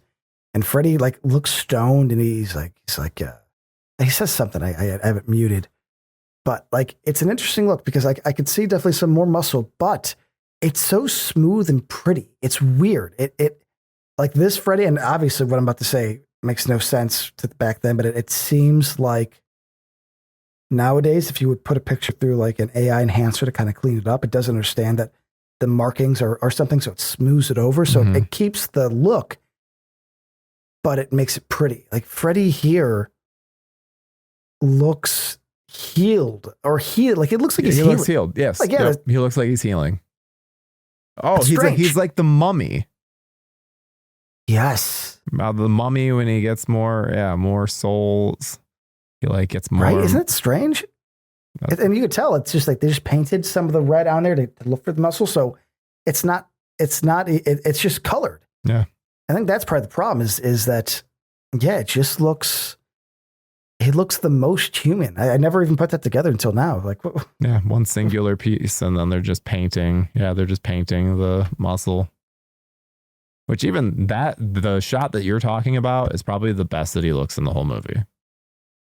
Sure, but it also shows you the details of why it's wrong, though. It's like, exactly. This is probably the most cinematic shot of Freddy in the entire film, and it's like, oh yeah, but this was a quick job. They weren't spending time. Yeah, and that kind of makes me want to apologize part 5, because I've talked shit about 5 forever, where he has this like his nose and his eyes are sunken more, and it's like cheeks fucking drag. I'm like, oh, it looks really goofy. But it's even that looked more Freddy than this. Yeah. But again, I've seen worse Jason masks. I've seen Chucky not look like himself. So, I guess in the end it sucks. But like these movies were at its worst, I think they still do it better. Yeah. It still looks like Freddy. So that's one thing that I will always take. Like, if it looks like Freddy, then okay, we're doing better than some some Michael Myers. There's some Halloweens where some of those masks, I'm like, what? Really? Was it really that difficult to recreate William Shatner mask? Come on, guys. Resurrection, where he has like the defined and like angry eyebrows. I'm like, oh, dude. Oh, where he has like his face is contoured. Like, yes. Oh, yeah, that was brutal.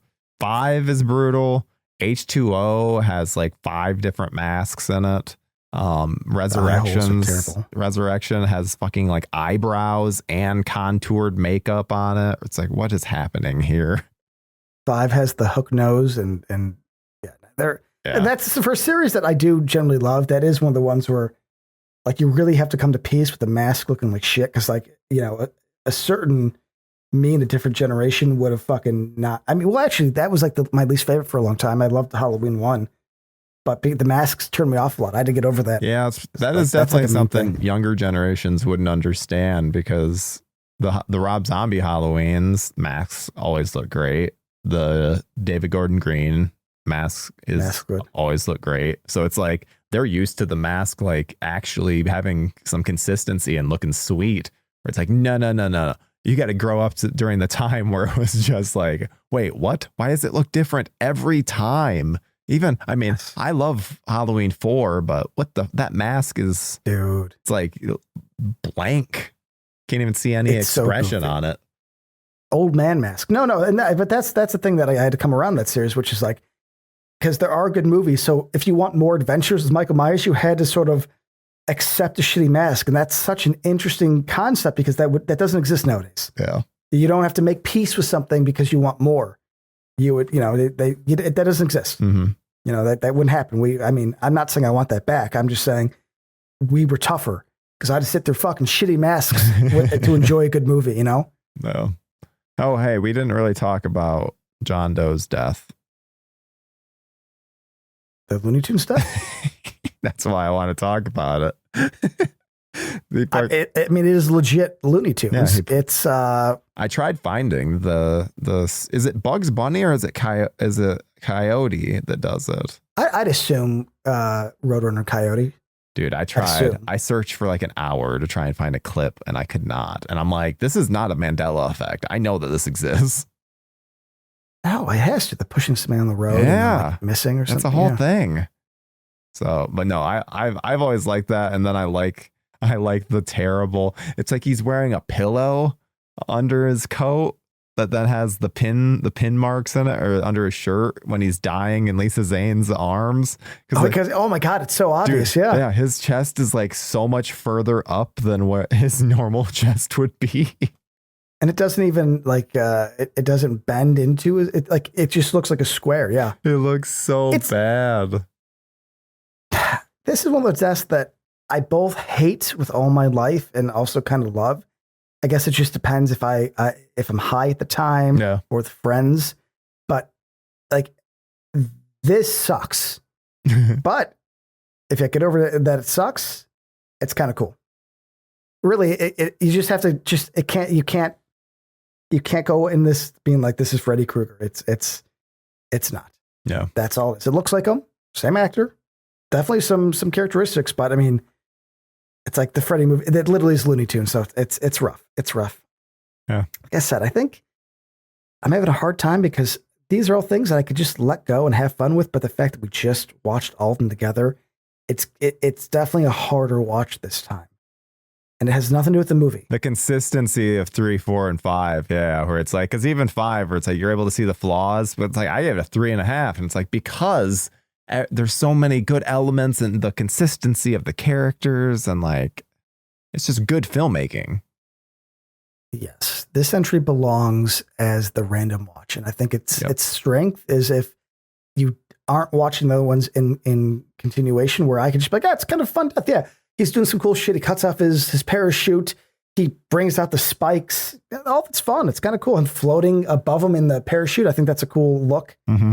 Obviously, spinning. Reverse, but yeah, spinning. Yeah, it's like it's fun. Yeah, I'm down. Yeah, I like that. But 50 minutes in, we're switching characters, and I know it's only 129 minutes, so it's like, dude. Again, even switching from what's her name, Lisa Wilcox's character. least they're smart enough to do it, like, I think in the first half an hour. I think that's your best bet. Yeah. Give us an hour with the new character to kind of build up. Yeah, the issue is that we're not spending enough time with Maggie. That's the biggest problem. Exactly. Like, Maggie's not doesn't matter. Like by the time we're transitioning over to her, 50 minutes, and it's like, wait, what? But then also there's again, I don't understand the rules of this, because I guess they do break out of the dream world slightly after in the van. But why does John Doe become a ball of energy and enter Freddy? Because it seems like it's the real world, but then it's not the real world. In the past, the only time that has happened is within the dreams. In actual reality, their body still remains, because we still see funerals and shit. So it's like, why is then John Doe disappearing? Because they wanted to have the energy, but they didn't want to. Yes, they didn't want to do the work. They wanted the cool visual of Freddy's getting the soul. Yeah. But you're right though, because it breaks all the same thing with the kid's not existing. It's like, well, that was never established. Mm-hmm. How is it affected? He's physically affecting the real world. Yeah. You know what? Again, I think this movie's flawed, Lance. But that's a cool concept. I like that idea. And again, that's something that they could establish in this series by Freddy doing something to affect people. Like let's say Freddy actually got in, because he's always tried to get in. Like, this movie should have been Freddy getting in. Yeah.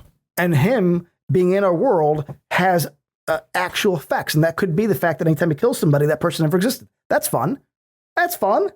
But my old friend Rachel and DeLuca, I'm going to blame DeLuca as well. I mean, maybe they only had like a week to do it, but come on, dude. What the fuck? But, if I was high or had a drink right now, maybe I'd be like, it's fun, man. It's fun.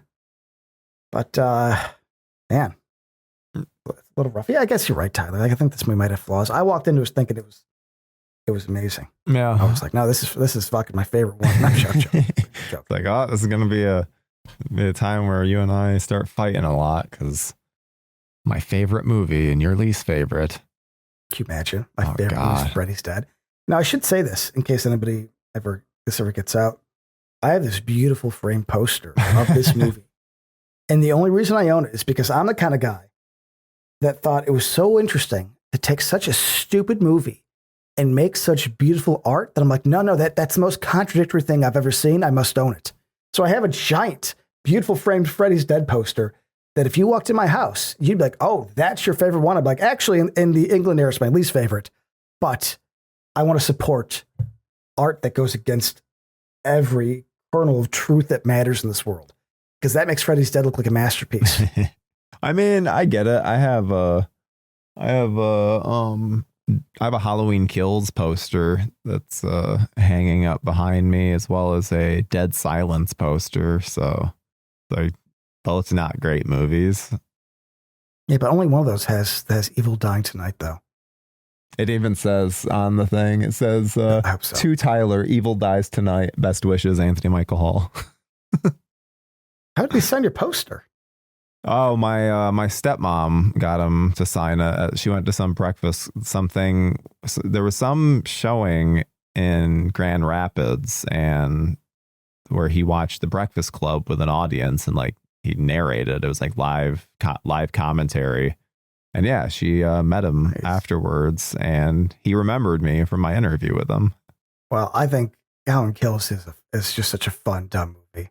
It is. I guess it's not quite the Freddy's Dead, that series, but I don't know. I don't know what that would be. I don't know how to compare it. But there's no comparisons. Everybody hates it, but me. That's the one where I'm like, okay, at least we're fucking. But also, I think that the Friday the 13th series is easier to compare to Halloween than the Elm. I think Elm Street's on its own little its own little thing. So that would be like number 5. Would that be A New Beginning? Yeah, where it's like it's fun, it's goofy, it has some silly fucking things, but it's going for it. I don't know. Yeah, number 5 for me would probably be like 6, Halloween 6. As in, Halloween 6 would be the Friday Part 5. underrated. Once we do a Halloween franchise, I'll have to. I was thinking underrated movies for me. I think movies I think are underrated that other people hate. Well, you know how I feel about 6. Yeah. My most of my love is towards the producer's cut, but Freddy's Dead. Let's goddamn fucking hour and 50 minutes. That's why, because we tangent about Halloween and Friday the 13th during our Nightmare on Elm Street. What the fuck is this guy's doing? Yeah. Okay, well, we're around the time that we're going back to we're expanding the Freddy mythology and changing it up, and I personally hate it. Same. Everything they add from this point on fucking sucks. I want to talk because I think I understand why. I do get it that the concept of Freddy being like a loving, and that's in quotes, of course, family man, that's going towards the serial killer route. And, you know, especially by this time, yeah, we had so many things to pull from. Like, yeah, he has a secret room. You know, there's some guy just got caught. Was it Jersey or something? Some tech old fucking fat guy who was like spending his weekends when his wife's out of town killing people. It's like I get that concept, but that it just ruins the rest of the series to me. Not that I would let this ruin it, but the idea of him being like a loner janitor that's fucking with kids, I just think adds this mystique to it, this like creepiness. Him being a family man is stupid. So I got fucking now I got Freddy exactly like going out for eggs, like hanging out with his wife. It's like it's humanizing a character to the point where it's like I want to know less about him, not more. Yeah. Him having a little shed with his fucking gloves, stupid. I'm sorry. No need to apologize to me. I fucking agree. It's all fucking stupid. I don't like him and his bubblegum looking face. I don't like him just shaking his wife to death. It's so silly, like how it's shot. I don't know. I mean, I guess it's done in a weird dreamlike way, but not dreamlike enough. There could be some fun things that they could do with it. But it's instead it's just like why was this not done earlier in a less obvious way? Because they show the girl earlier that then essentially tells you that like, oh, well, who's this? Like, this is probably who we're supposed to be following. It doesn't like, why aren't we following? That should probably be a little boy if we're doing this whole Freddy's kid angle, because then you immediately, I don't know, maybe it's just because I only ever saw this well after the fact, but it's like, I feel like they constantly play into the fact that like, no, Lisa Zane is the kid. It's a bad twist because they're doing everything to show you it's not John Doe. Mm-hmm. And it doesn't help that he's like a bad character and it's not played well. I mean, everything's bad about it. So yeah, exactly. They keep hinting. I mean, even Lisa Zane like was remembering a water tower. It's like, well, that's probably Springwood. Yeah. So it's not interesting. And then when we get to this little dream thing, I know it's like you said, it's dreamish, but it's like the dreamish part of this is just, it feels like 1950s Happy Days America. And that's like a really corny visualization. Like I know it's trying to be like, oh, he was innocent, like an innocent dad, just like, you know, but it's like, I don't want that though. Yeah. That's stupid. Yeah. It's dumb. I'm just going to call it stupid. That's it. That's all I got. And then we're getting the, which maybe this comes a little bit later, but I'm going to talk about it. The Alice Cooper, all of that. Like, why do we need to see fucking little, like, Connor O'Malley as Freddy? Because that's what that guy looks like. Looks like a little Connor O'Malley. Wait. Give me more. Who's Connor O'Malley? He's in a bunch of I Think You Should Leave skits. Oh, was he the one that, okay, I could already think he's like super intense. Yeah, super intense. Yeah. Yep, super intense guy. Yeah, he's also in Friendship coming up. But yeah, that whole thing. Also, what a like, bad acting. Yeah, terrible acting. Awful. Like, just why is this in the movie kind of acting? Or like, ooh, maybe just cut this. But no, it's Alice Cooper in it. Which, I mean, is like Roseanne is big. A fan, I'm sure. Yeah. Again, I'm not against humanizing villains. I mean, I've watched a lot of good shows that have done it. But it is one of those things where this is not the time and place. Mm-mm. I don't need to know that he was made fun of as a kid. I don't need to find out that like his dad beat him. It's like, I'm confused. Like, are you trying to make me feel for him? Because he murdered a bunch of kids. Yeah. Like, and then, I mean, they try to humanize him in a way that I'm not sure the intention. I mean, obviously it's to be, I'm assuming to be conflicted. I don't really get it. Cause then the rest of the movie is them punching him a lot. And that's more of a fuck you, Freddy. This is what you get. It's like, I'm sorry. I thought his dad beat him. I thought he was like a lonely, like weird kid. Now you're using throwing stars. So it's like, what are we doing, guys? What are we doing? Yeah. It's, they want sympathy, and then the sympathy is essentially just buying time. They introduce the element without really giving anything that actually would cause the viewer to care or build any kind of intrigue. It's more of just, oh, this is this thing. And then the end of the movie's like, oh, well, that's not the movie we're making. We're not making a movie where he has redemption or has this big reunion or anything like that. It's just, oh, yep, Freddy's Freddy in the end. Freddy wants to kill people. It's mythology retconning for the sake of mythology retconning, and with no focus or thought put into it, because it doesn't change anything in the end. Like, you're right though. They just were like, okay, let's go back to being Freddy so we could punch him. Yep. Like, we're not going to put a dynamite into somebody who like was abused as a kid. That's sad. Mm-hmm. So we're not going to like really lean into that. It's like they essentially just have Freddy haunt Tracy and Yaphet Kotto in these like brief little scenes. And really it's just to do something with, just to like, I don't even understand the point of it. Cause it's like, why are they lasting this long? If anything, if we're going to have these nightmares, these should have been the scenes where these two were killed, not just, put out a commission for a bit. Them surviving makes no sense. Why can't Freddy kill Yaphet Kotto? And why can't he kill, my angry blonde friend? It's, and they're very brief scenes. It's just like Freddy gives up. Very and like brief. both. I'm like, why? Because he's got Maggie to deal with. But I mean, call me old fashioned, but maybe finish your food before you get to dessert. You're already eating it. You already have the fork out. Yeah. Well, this whole like last 15, 20 minutes is very rushed to me. I mean, we both know this, but like after Freddy actually dies, Lisa Zane gives that little thing, and then the movie just fucking like, I mean, it ends like a syllable after she says the big line where it's like, guys, we're just getting through. I think this is really let's Yaphet Kotto, we got a scene. We got I can't think of her name right now. Is it Tracy? Tracy. The blonde chick. Tracy. I'm not so bad at character names, but she's not a big enough actress. Her thing's is stupid. You've got thing is stupid. And then our big ending set piece is in like an evidence cage. Yeah. That's it. An evidence cage that apparently this halfway house has dynamite. Like where? Dynamite needs to be stored correctly because it bleeds nitroglycerin. There's been a whole thing about that. Fucking Arts died for this kind of shit. Yeah, they just gotta have it. I also love the idea that it's 90s because there's Chinese throwing stars. And that is, or I don't know if it's Chinese. Could be Japanese. Who knows? Asian throwing stars. But the fact is like, that's not the proper. Yeah, just Asian. Stars. It's just like when I want, you gotta say I want Asian food. You can't say I want Chinese food. Well, what if you do want Chinese food? Sometimes I don't want Japanese. Then you do. Then you're fine. But Americans just call every Asian food Chinese food.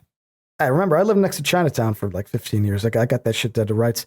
But regardless, the 80s were big into like the ninjas and all that shit. Mm-hmm. So like that's the only reason. Kind of like Roseanne, she was big, but we were really big into ninjas and that kind of shit. So like the throwing stars absolutely in here because of that. There's no good reason. Like even as a kid, I was like, that's kind of a weird weapon to have in a Freddy movie. It seems very cheesy. Yeah, of course it's cheesy. This whole fucking ending's cheesy. She puts on glasses that. Well, that's a great part. Hold on. We're going to talk about the best part of the fucking movie. It's the 3D glasses that disappear. Then she goes into his stupid museum poster, which isn't framed.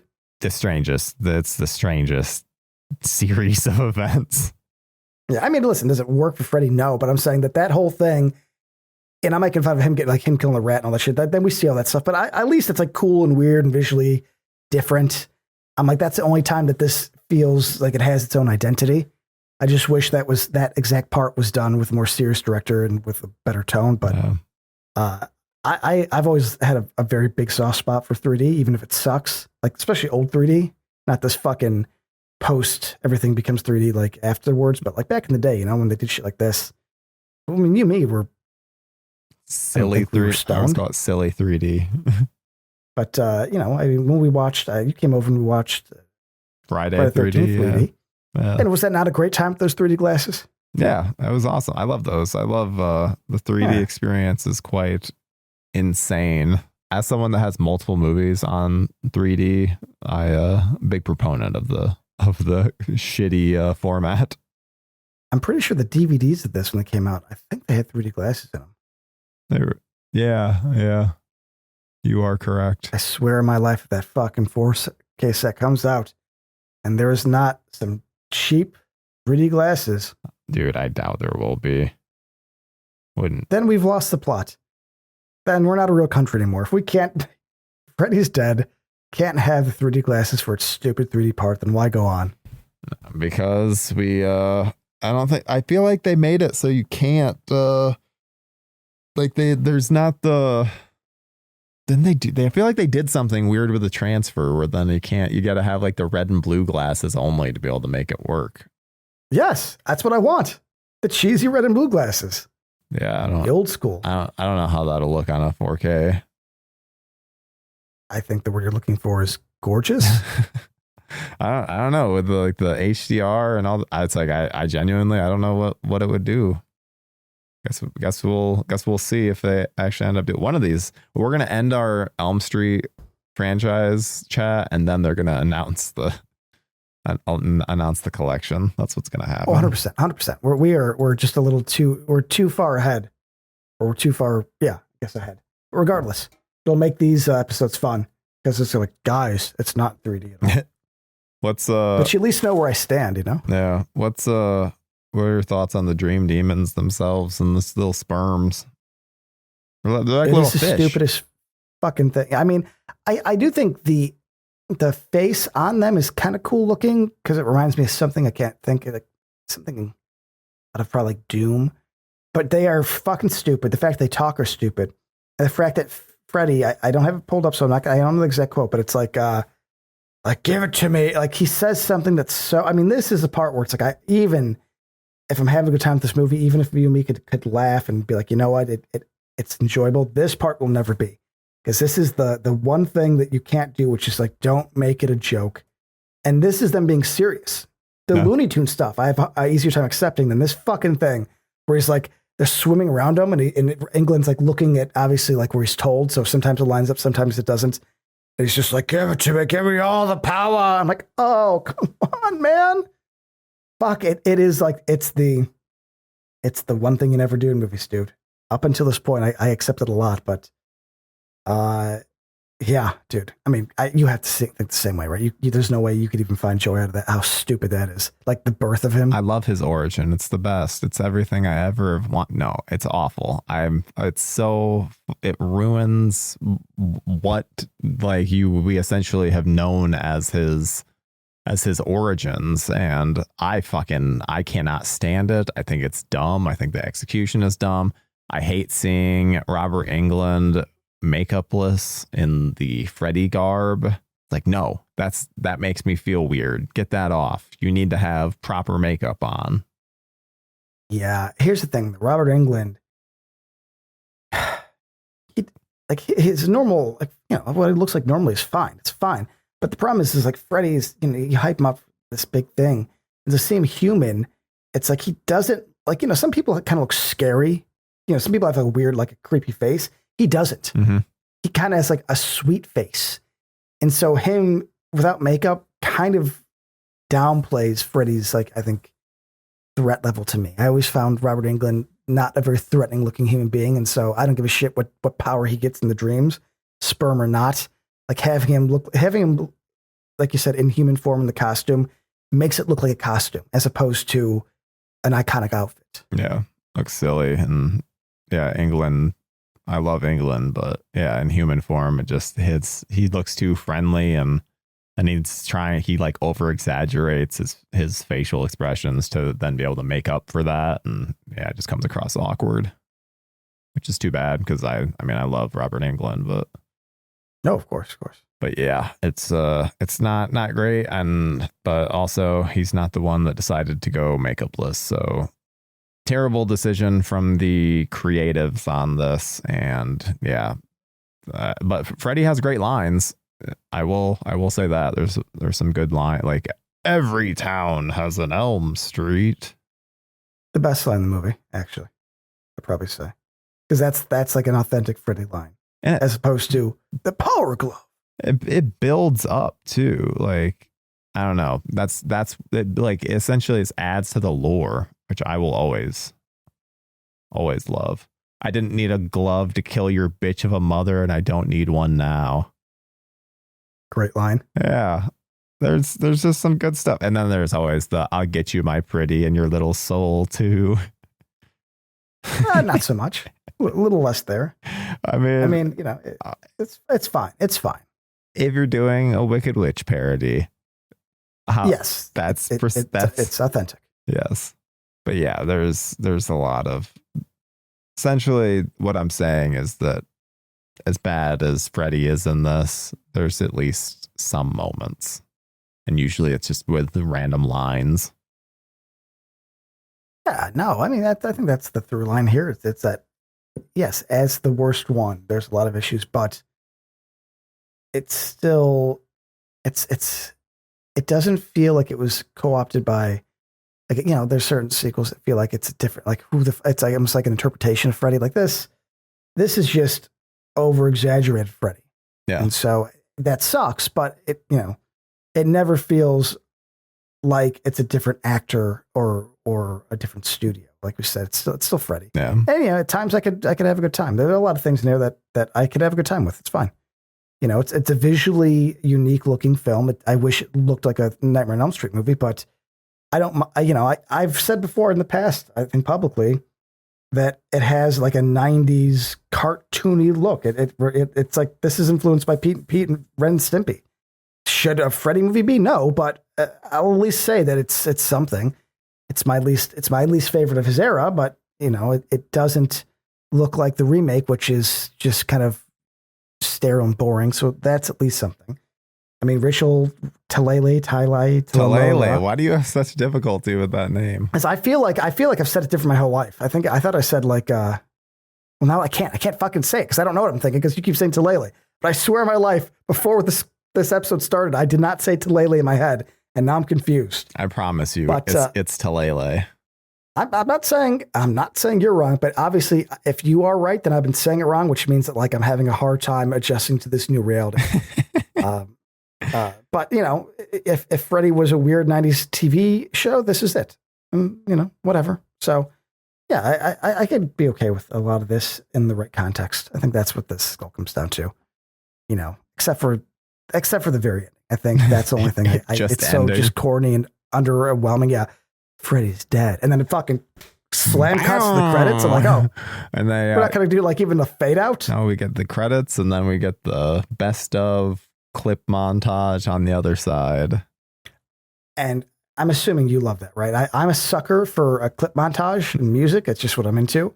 It ends with Iggy Pop. That's awesome. I mean, I always think of, I don't know if you've seen it in a while, but Lethal Weapon 4 ends with a clip montage of the movies. And it's like, why can't we be friends? So listen, I'm a sucker for this. So I do love the credits. I really do. I really do.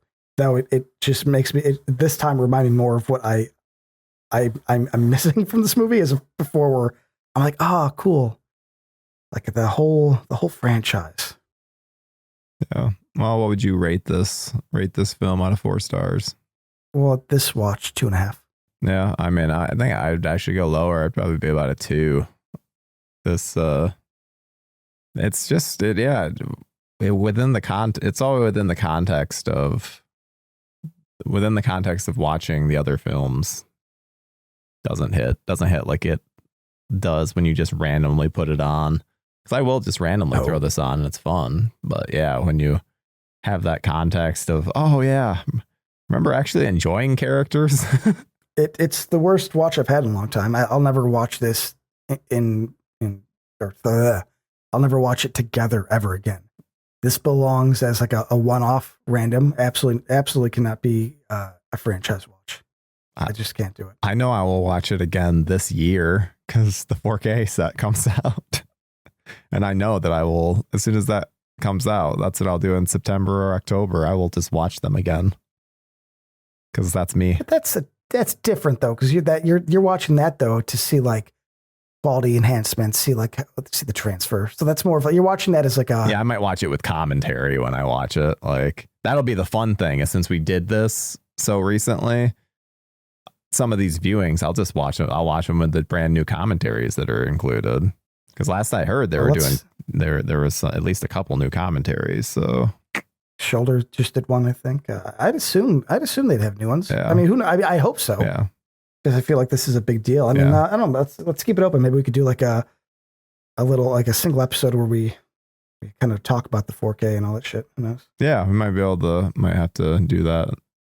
Since it's been such a through line with this episode or with this franchise chat, this whole 4K collection. So yeah, maybe probably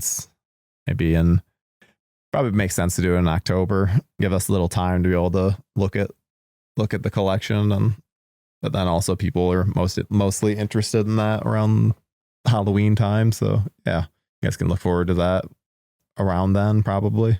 No promises if we forget, but I have a feeling we're going to remember. Might be a bonus episode. Yeah, it's always good to do a random one. Yeah. But I guess that's Freddy's Dead. Yeah. I feel like it wasn't a 4-hour episode, so I guess that's good. 2 hours and 13 minutes. So, I mean, it'll be pared down. There'll be some stuff cut out, but we'll see what it ends up being total. But yeah, this has been Freddy's Dead. Thank you guys so much for listening. Make sure to follow us and comment on any of our stuff, Instagram, YouTube, Spotify. We appreciate it all. You can also email us at needlesslynostalgic@gmail.com. And we have a Patreon, $5 a month. We get 2 bonus episodes. Check that out. We have a lot of fun. And yeah, we'll see you guys next week with New Nightmare. Goodbye.